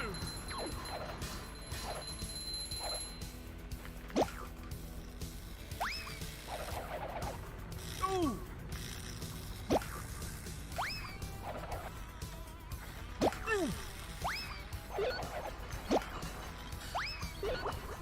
Alright, so that's what it would look like. The only problem with that method is that you get very little room for error, as you saw like the melon was about to explode, but maybe you prefer that one. But yeah, after you collect this token, you should have 32, and then you're going to scroll down 7 times, 1, 2, 3, 4, 5, 6, 7, and then warp to Sundae Driving. Okay, so Sundae Driving is very similar to the other driving levels. It only has one trick, and that's if you decide to do the trick. But it's basically going to be a thing of following the right path, using nitros where I use them, doing soft turns, etc. So yeah, just do the nitro path that I'm doing. So nitro by here, then nitro by here. Again, make sure not to lose your health or anything like that. Although in this level, that's actually really hard to do. Do a soft turn by here. Nitro right around the corner. Do not take this shortcut over to the right by here on lap 1.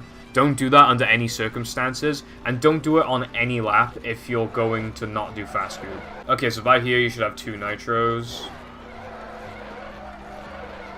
Nitro around here. And then nitro on this ramp. The gumballs, I believe, are RNG, and Goob can hit them towards you or away from you.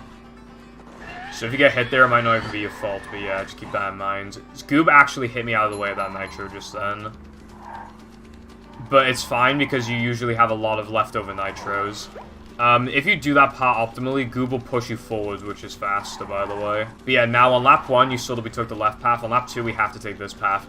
Even if you somehow bypass Goob on lap 1, you still have to take this path on lap 2. Okay, just nitro across by here. Nitro by here. Nitro by here. Do a softer turn around here. and then nitro, and then stick to the left path by here. Turn the corner, nitro. Alright, so here's where fast goob comes in. You can take that shortcut, but only on lap 2 specifically. If you try to outrun goob on lap 3, it will not work. If you try on lap 1, it will not work. If you try it on lap 2, and you're still ahead of goob on lap 3, you can do it on lap 3. If goob catches back up to you on lap 3 before the shortcut, do not take the shortcut. Basically, what we're going to try and do is bypass Goofy Goober. Normally you can't do that, but for some weird reason, you can do that specifically on lap 2 for this shortcut. But basically, when we pass goob, he's going to start going top speed to catch up with us. So he's going to be going top speed for the rest of the course. Even if he somehow catches back up with us, he will still be going top speed because he doesn't know that he's close to us again. This is why nitro management and nitroing where I'm nitroing to save frames and stuff is so important. If he catches up to you, you're almost screwed. And if he does, then you got to restart the level. So this is hardest on PAL 360, because 360 has slower driving anyway, and PAL has even slower driving. But even on PAL, you'd still want a nitro in the same places, and it's honestly not very hard. This trick saves like 25 to 30 seconds, roughly. I would recommend trying it, and if you don't like it, it's fine, but I would still recommend giving it a go, and if you're an intermediate player, you definitely want to do this. So yeah, now we're going to do fast goob. So you just go across here, pick up this nitro, and then the rest of this lap is going to be the same as before, but I'll show it off anyway.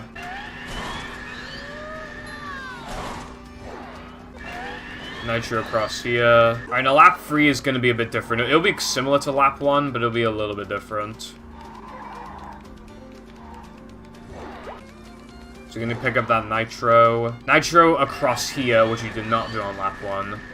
Oh yeah, by the way, you might remember from the previous tutorial that we used to hop over this fence on the left. Don't do that. Found out a couple months ago it loses a second, and we've been doing it for years for some reason. But yeah, anyway, go across here, and pick up this nitro, stick to the right path. If you get bad RNG, the cones might still hit you. Alright, and then you just take the shortcut on lap 3 again. Again, if you did not do fast goob, then you cannot do that. Another reason why it's faster to do fast goob is because goob will make you take the water slide otherwise, which is really slow, and goob can easily get away from you. See, look, like, it opens the path for you to do it, but it's just really slow. But yeah, now we're going to start using more on nitros. So you can see that I got hit, but it's fine because there's a patty there. Save your last nitro for the ending. You can spam all your nitros towards the end if you want, but nitro, like, by here for this. And then you should be able to collect the token. If goob is too close to you, then in the middle of collecting the token, it's possible to say Goofy Goober got away, and then you fail the challenge, even though you're in the middle of collecting a token. So yeah, okay. You can see now, it says Goofy Goober got away. If you stay on that menu for too long, you will fail the challenge still somehow. I would not have the warp for Google Eyes and Smelly Knickknacks. I do have the warp sheet unlocked, but I would not have the warp. If I was in the middle of collecting the token, then I would have. So I just actually failed the challenge because of that. So if goob is too close to you, that is what could happen. But yeah, if you collected the token and goob gets away, you should still have the GESK warp. If you just did the level normally, you'll warp the GESK, etc. So I'm just going to go to GESK now. Okay, so Google Eyes and Smelly Knickknacks is probably arguably the best sliding level in the game. We do come back here one time, which I will be showing. But yeah, compared to my old tutorial, you do a different faucet route and you do a different target route from before, and it's a lot easier now. But yeah, you can hit these along the way if you want to. Just take the path that I'm taking.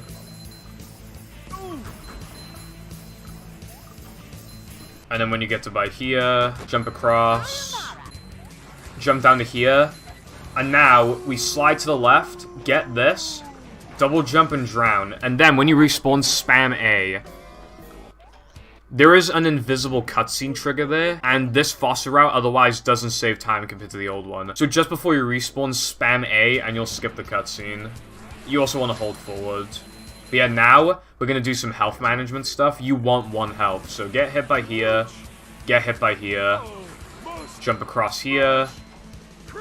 The reason why we want 1 health is because we're actually going to do a quick death, and then we're going to warp to a different part of the level. So you might remember in the old tutorial, we used to die from the TNT on the red wire. We don't do that anymore. We do a different route that isn't faster, but is way easier. So yeah, instead you're going to go across this blue path.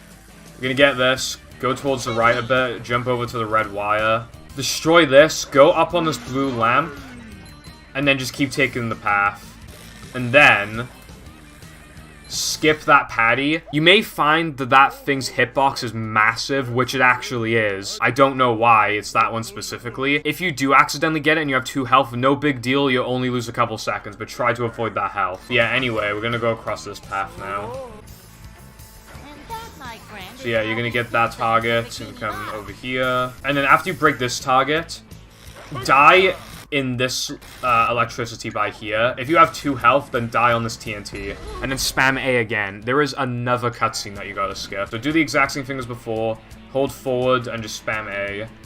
And then you should just be able to complete the level as if it were casually. So yeah, that might have gone by pretty fast, but it's actually pretty easy to practice as long as you have a save file that hasn't already got all the tokens. Okay, so this is the second and final Dennis level. That 2-frame token stuff I said for the first Dennis level still applies here. This level is even harder to explain than the first Dennis, so I'm gonna try my best. Basically, we're gonna be detonating SpongeBob's bowling ability to do double damage sometimes, but you don't always want to do that. Basically, follow the movement exactly how I'm doing it. So you go to the left, shoot him, go to the right, bowl him, bowl immediately again, bowl him again, and then bowl him again, and then do a short bowl. Don't hold B for that one, just press it and hold forward. So that went by extremely fast, so I'm going to try and hopefully do a step-by-step. So the cutscene will play, go to the left, do a fully charged bowl, as soon as it hits him, do another one, detonate early, and then do another fully charged bowl, go to the right, another fully charged bowl, and then do another one,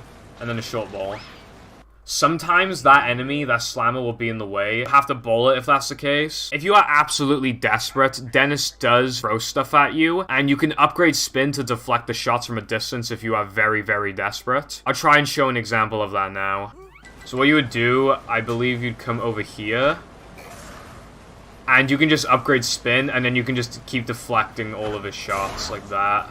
I don't have upgraded spin, but it's just deflecting them. That is extremely slow, but if you are very, very, very desperate and you have the manliness points, I guess you could do that. Another thing you can do is probably bowl them from a distance.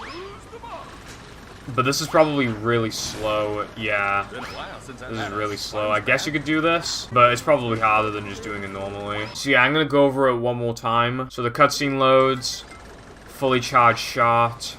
Do another fully charged shot as soon as it hits him. Detonate it early by pressing B and then do another fully charged shot. Another fully charged shot. Another one. And then a short shot.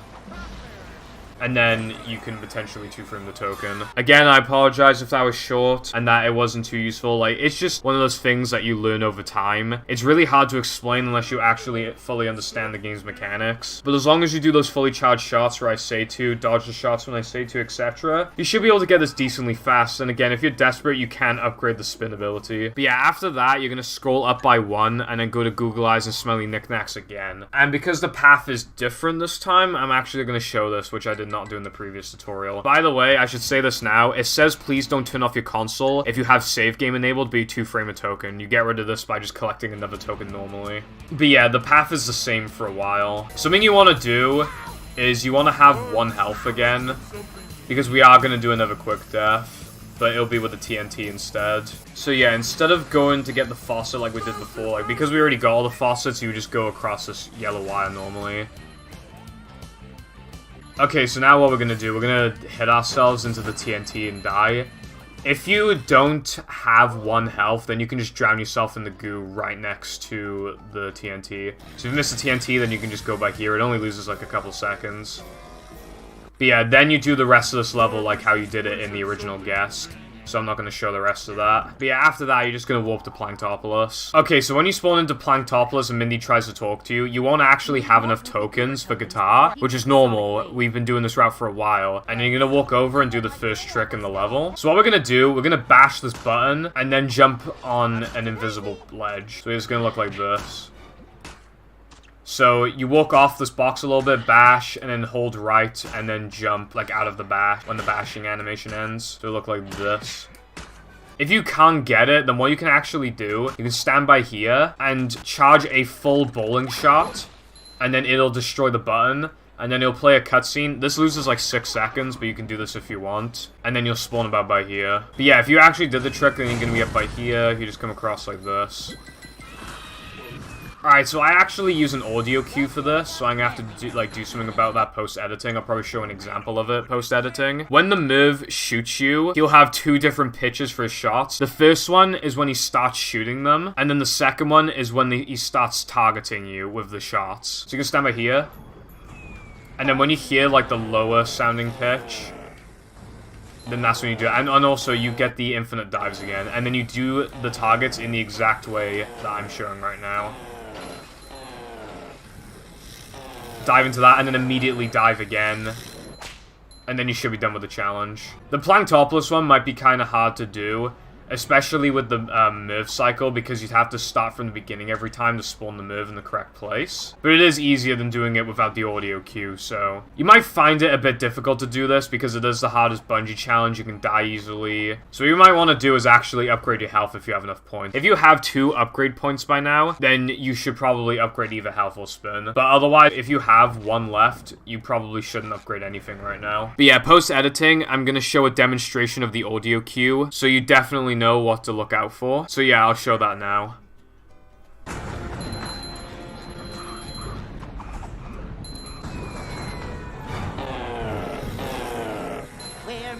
So yeah, when you're done with plank bungee, you're just going to jump up to this box and double jump spin. You stand on an invisible ledge, and then you just double jump over to here. You double jump spin across, and then we're going to clip back in bounds. This clip is basically 0% consistent. It could either take 1 try, or it could take 1,000,000, and you could be doing it the exact same way. But the way that I set it up, I set the camera up like this, and then I just hold downwards.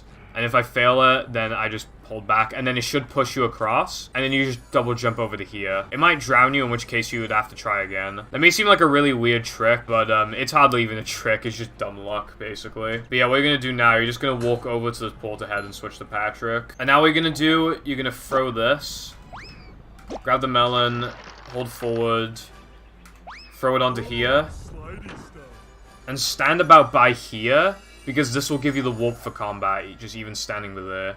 And then walk over to by here, and then you have the option to 2-frame this token if you like. But yeah, after you get the token, you're just gonna warp to the combat arena. And then comes by far the hardest combat arena in the game. You just kind of cartwheel for a second, and then you win. It's pretty cool. But yeah, after the combat challenge is done, you spawn by here, just go in the portal head again. And now we're gonna go out of bounds again. There are a couple ways that you can do this, but you should definitely only stick to one. Jump by here, just jump like this. 1,000,000 times easier than any other way that you could possibly do it. And now we're gonna go underneath the map, and there are 2 ways to do this. You can either do the faster one by here, which gives you less of a visual cue, or you can do a version that's arguably harder and loses 3 seconds, but gives you more of a visual cue. So if you're gonna do the easy one, you come over here, have the camera down like this, and walk off, and then press A. And then just try and jump underneath this. This might be familiar if you've done Steamed early, except this time you can actually spam A as much as you want, and you'll never fall. If you don't like that method, or you just think it's too slow, then what you're going to do instead, you're going to come over by here, cartwheel off, but like go like pretty far out, and then go inwards. And what you want to do for the rest of this, if you want to go fast, like cartwheel jump, cartwheel jump, cartwheel jump. If you find that too risky, then just spam A like this. Or you can just time it if you want. But yeah, then you're gonna get the token.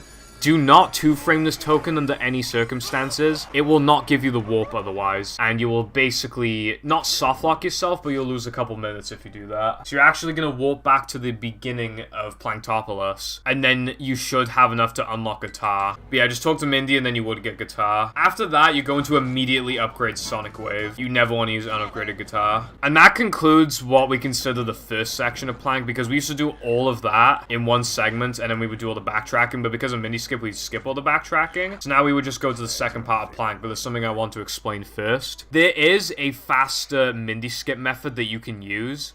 However, at this very moment, we theorize that it's much more consistent on Xbox 360 than on original Xbox. And I don't want to confuse people by showing 2 completely different methods of doing it. And if you set up Mindy Skip now, you have to do a trick later with like some lag clipping stuff that just might not work on your 360 potentially if you're unlucky, or maybe you find it too hard. So I'm probably going to link a video to the faster Mindy Skip method in the description. But for this tutorial, we're just going to do the much easier version of it. So we're not going to set up Mindy Skip now. We're gonna set it up later. So now we're just gonna warp to more bounce, please. But yeah, you're gonna spawn by here, and then just go around the side like this. Don't try and, like, go in between the Merv and the Fogger over there. Just go around the side like this. If you want to do this semi-optimally, then what you're gonna do, you're gonna stand by here, do 2 full jumps, and then do 4 wall jumps. 1, 2, 3, 4, and then start doing up left, up right, up left. You can do it in 3, but even I don't do that anymore. I just find it too risky. So just do like 4 wall jumps and then wall jump across. You're gonna let this guy teleport away, and then have your back facing this way. And then when this Merv hits you, you're either gonna bash boost or jump across to the conveyor belt in front of you. Jumping is a tiny bit harder, but it is like half a second to a second faster. So this is what it looks like with the bash. And then I'll show what it looks like with the jump. But yeah, if you're gonna do the jumps, then it just looks like this. Again, it is a tiny bit harder, but maybe you would prefer it for whatever reason. And then after that, you're gonna come across here, make sure this guy doesn't hit you, and then go around the spawner like this. And then you just activate this challenge. Okay, so this is where it actually gets really complicated. There is lag clipping tech that you can do, but sometimes it just kind of randomly doesn't work on your 360. I don't even know if it's consistent on any PAL version at all. And it's a completely different type of tech that we haven't seen yet. So I'm just going to show the regular version first, and then you can do the alternative version if you want. So now I'm going to show puzzle skip. Puzzle skip is essentially a jump, spin, jump, and then you start wall jumping up this. So you skip having to do this puzzle. If you want to do the lag clipping stuff, you'd actually have to do this puzzle, which I'll explain later. But yeah, what you're gonna do, you're gonna line it up with this line by here on the ground, and you walk off a bit, jump, spin, jump. And then you should barely be able to do it. And then you can just wall jump up. If you can't do that, then try doing a double jump spin instead of a jump, spin, jump. You might potentially find that easier, although most people find doing a jump, spin, jump easier. But again, remember spacing your jumps out perfectly and holding A, etc. If you can't do it, just do the puzzle normally, I guess. The puzzle's really easy. You just hit the buttons that are above the 5 manliness points on either side. But yeah, now you're going to do this wall jumping section. You're just going to wall jump across like this. If you want to play it super safe, then it looks like this, but you can actually skip a couple of the wall jumps if you want. Walk past these guys, don't even bother with them. Bowl this, and then bowl this. And then just wall jump up. So don't hold, like, left or right. Like, don't hold left or right on the analog stick. Don't press the analog stick at all for these wall jumps, or else you could potentially fall off and lose, like, 20 seconds or something. But yeah, when you get up to the top, bowl these out of the way, like this. And now you either have the option to not despawn the Mervs at the bottom or despawn them. And you can either despawn them by going on the very far left over here or the very far right over here. I think it's a little different on the right, so I'm not totally sure that works. But on the far left, if you do it this way, it loses like 7 seconds to despawn the Mervs. If you jump down like this and then go across, and then the Mervs should despawn. Yeah, they did. So otherwise, it'd be 3 Mervs on the other side. For this next bash boost, you can either have the camera facing this way when you do it or this way. This way, you're more likely to not get a ledge grab, but this way is, in my opinion, easier because you get a better visual cue. So you go by here, and then when it looks like the platform is down enough, then you do a double jump spin, then bash boost, and then you ledge grab. If you go by here, especially if you actually do have the Merv spawned, this will set your checkpoint being by here. But otherwise, you just go up like this if the Mervs aren't here. I'll show you what to do if the Mervs are spawned. Okay, so if you don't want to despawn the Mervs, or if you accidentally die and you spawn the Mervs anyway, then what you do, you'd walk forward. And then you wait for these guys.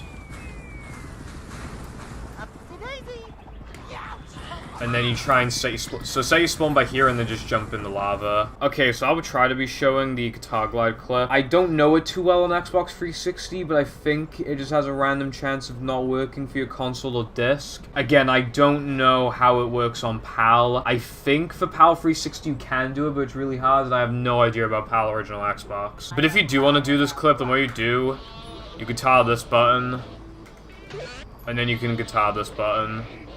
And then it'll activate a cutscene. And the reason why you need this cutscene to do this lag clip is if you try to do puzzle skip and then do the clip, you won't be able to control your character after clipping out. I don't know why. It just kind of just doesn't work, and you will basically be in the void forever. So, but we're gonna wall jump, and then on the second wall jump, I'm going to guitar, and it will buffer a guitar input. So I'll start using the guitar before a wall jump, and then I'm going to press select and then press it again really fast and hold R. That is by far the most consistent way to do it on original Xbox. This is what it will look like. Second wall jump, guitar, and then you just clip through like that. When you clip through, you might notice that you're going left really far. Press spin, and then it'll stop doing that. If you're not getting it, then it might be because you're doing the upgrade menu like this. You don't want to do that. You just want to spam it almost. You want to have a tiny bit of a gap in between instead of it being literally instant, but you do it like this.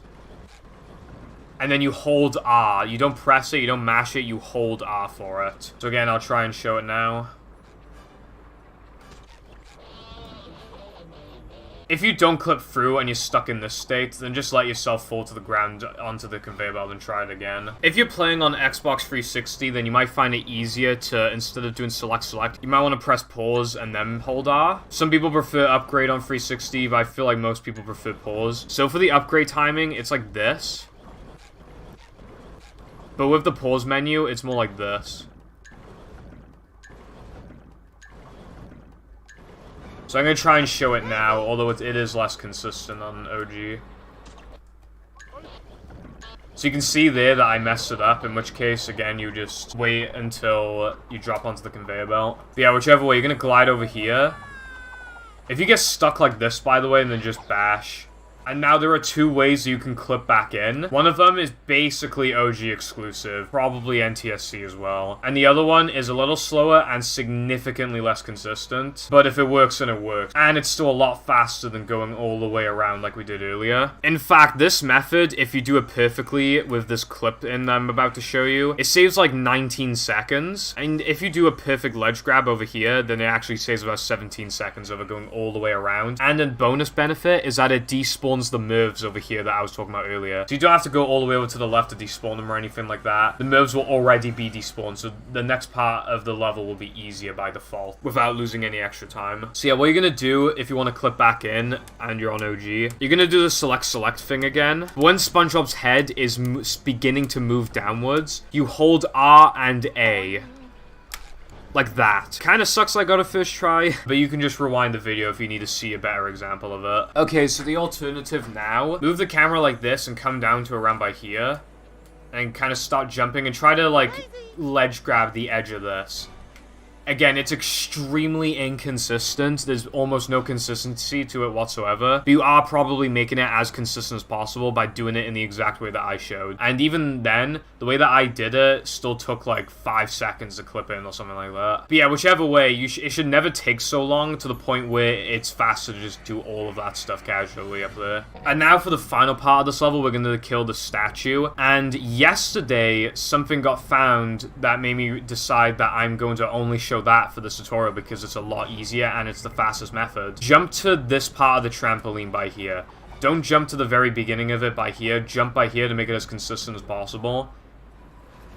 So you're going to come across here, bash, hold that direction, bash again, and then jump to by here. Then guitar roughly around this spot 3 times. Just spam guitar.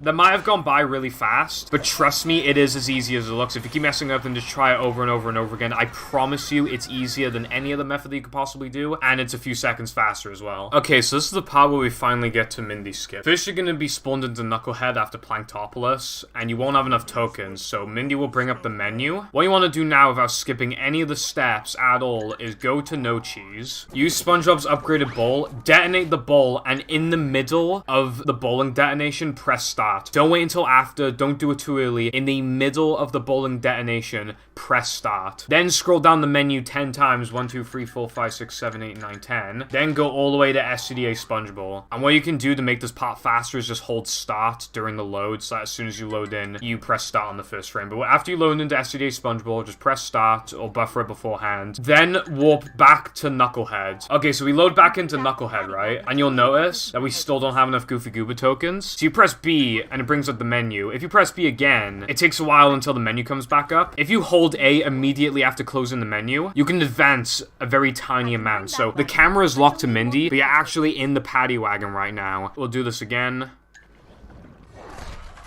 Now, you might have just heard wood break after doing this twice, which can be used as a sound cue. So that was the first one, and the second one just happened. So when you hear wood break the second time, after that, we're going to close this menu now and nitro. And we're going to close the menu, and then press A again. Press A again, and then the ham will grab you. Don't do anything.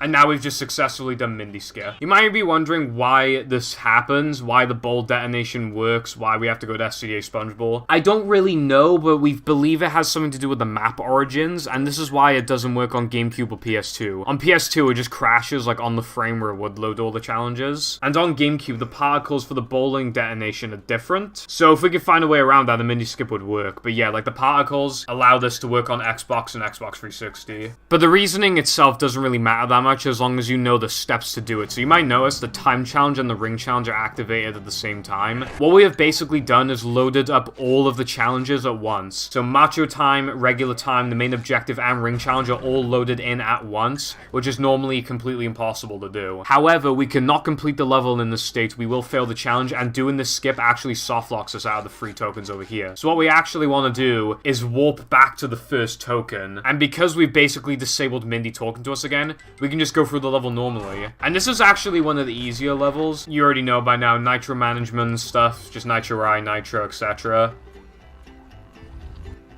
Something that you should know as well is that this place can lag spike kind of often on original Xbox. I don't think it does on Xbox 360 though. But yeah, just take this exact path. Make sure to not get hit.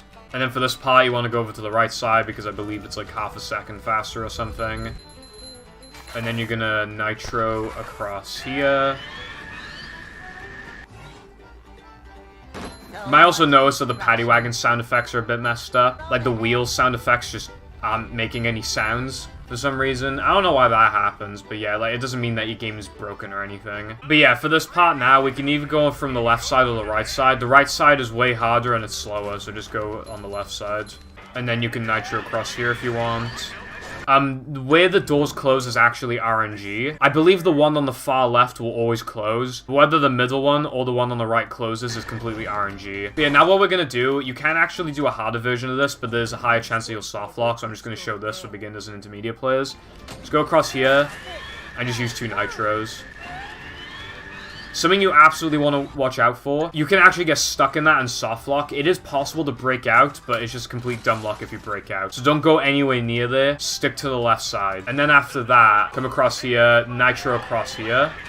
And now this is the most important nitro in the entirety of Knucklehead. You want to nitro at the right time. If you don't nitro at all, there's a chance that you will not make this ramp jump. If you nitro too late, you could bonk. If you nitro too early, you could bonk. Do it about by here. And then you should make it every time. It might be a little bit different on Xbox 360 and PAL, but yeah, it'll be roughly around there. And then just go across there. And then you are done with the level. So this is going to be pretty difficult to explain, but I'll try to do it to the best of my ability. I'll try and show backups, etc. You can upgrade spin if you want for this, if you have enough. It's only like 5 seconds slower, and it's definitely easier. But for the sake of the tutorial, I'm not going to do that, and for the sake of my own muscle memory. But anyway, when you load in, you immediately want to go to the right and hit this table. The reason why the bowling sphere is in the middle of Neptune is because the bowling sphere is at map origin 000 or something like that, and Neptune is at like 015. I don't know how it works, but the coordinates of the bowl are 000 from doing Mindy skip, so that's why they are there. So just jump over it like this, and then move up, jump to the left, move up a bit. Take it easy if you need to. Like this. Just make sure it doesn't hit you under like any circumstances. However, there is a backup just in case that happens, but even if you need to be slow, just don't get hit. And then come over to here. And then detonate the guitar a little early. You don't have to hit his head. But, I mean, aim for his head if you want consistency. Like, don't aim for any other part of his body. Just aim for his head. And, like, detonate it early if you want to do it a bit faster. So in this position, it'd be kind of awkward to try and hit the table. So you can just try and play it safe like that. Which is kind of slow, but it's much faster than getting hit. So you're just gonna hit this, and then still made a regular cycle as well. Now for this, he's gonna start, like these lasers are gonna appear. So you want to go downwards like I did, and then you will be outside of the sphere already. So you can hit all, these 2 tables. And I'm just gonna show this off now. In case you get hit, stand by here, and as long as you're high up enough, then Neptune will never hit you. So we're basically going to do the same thing again. It's slightly different than the first time.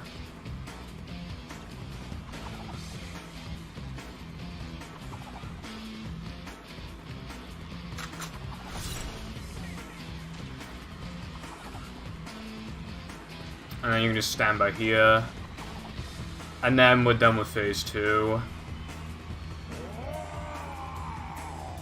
I command you to kill him!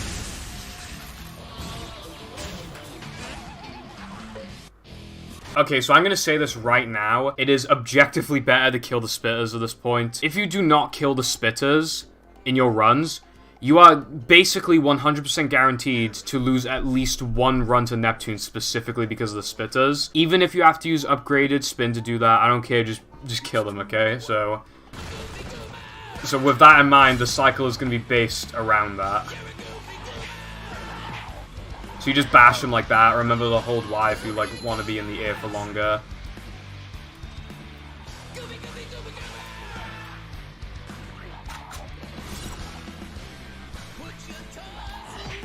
Just take it easy. Like, you have a bunch of time to get over here as well. Okay, so let's say you get hit, right? So let's say, oh, I got hit. So let's say you want to be in a safe spot so that you don't die. Which, by the way, killing the spitters will make this part a lot easier, but in that case, put the camera down like this, and it just despawns the lasers for some reason. You can only do this on phase 3, I don't really know why, but I was just completely safe just then, and I can just do it again. You can see, otherwise I'd have to do that, but no, I can just put the camera down, and it's completely safe. But yeah, you just do one more hit. And then you're done with the any percent speedrun. Okay, so I will show one more thing after this, but it is exclusive to original Xbox. For the people who are on 360 or for the people who just want to be done with the tutorial now, thank you very much for watching and considering playing this game. This trick is massive. The Mindy skip trick saves over 18 minutes, cuts out 9 tokens, some of them were almost auto-scrollers. We're gonna hopefully have a lot more people running this game. It's gonna be awesome. This community is booming, and I'm really happy to be in this community and to be able to make this tutorial. So thank you very much for watching, and I hope to see your times on the board soon. Okay, so if you're on original Xbox and you want to try out this new tech that got found like a couple weeks ago, you can. What it basically does is make token 2 frames potentially significantly more consistent. Again, I don't know if it works on PAL original Xbox. All I know is that it works on NTSC very well for specific tokens. Something that you should keep in mind though is that different tokens have different hitboxes. So for example, the 3K Bungie token has a massive hitbox, whereas the NTWM Bungie token has a very small hitbox. But what we're essentially going to do for this no cheese token, because this is the easiest token to show it on, before we go into the token, we're going to do select start like that. So imagine Plank guitar glide clip, which I've already showed if you are doing that or have seen it in the tutorial earlier. I mean, it's gonna be basically the same thing, except instead of pressing R, you just press start. And instead of making it a token 2 frame, it makes it more like a token 4 or 5 frame. And the reason why it works is because the game lags and doesn't know how to update your position properly. So for example, if you're playing off of hard drive, then there would be no lag whatsoever and you wouldn't be able to do this. Okay, so this is what it looks like when you get it.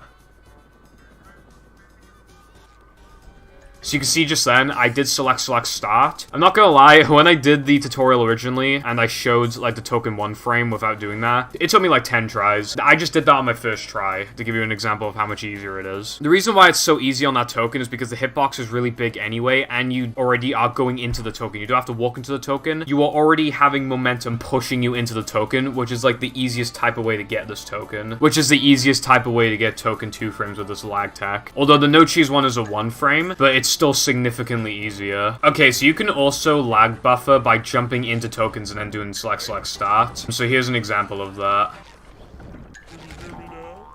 So when I warp away now, I should have 4 tokens. Yeah, so it isn't as consistent. The only ones I even do this tech on are the no cheese token and all of the floating block challenges. Now in the tutorial, I should specify now that I didn't say that you could 2-frame them. It's because, like, I showed a much easier route, but my route means that I can 2-frame those tokens. So I buffer all of them, and I buffer no cheese. I don't buffer any of the other ones, because not only is doing this theoretically slower than just walking into it and doing this, and I don't want potential time loss, but also because I just don't really find them that consistent. And again, different tokens have different hitboxes, so you'd have to practice a lot of them to get used to them. But I will show one more type of token buffering, just so then you can see one more if you want to try it. Okay, so here's an example of doing it with a cartwheel. I'm showing the floating block token because this token's really big, so this is the easiest thing to try it on. So you can see there, even then it looked like I kind of didn't get it, right? But let's just go back to any level, let's say no cheese, and you'll see that my token counter actually increased to 5.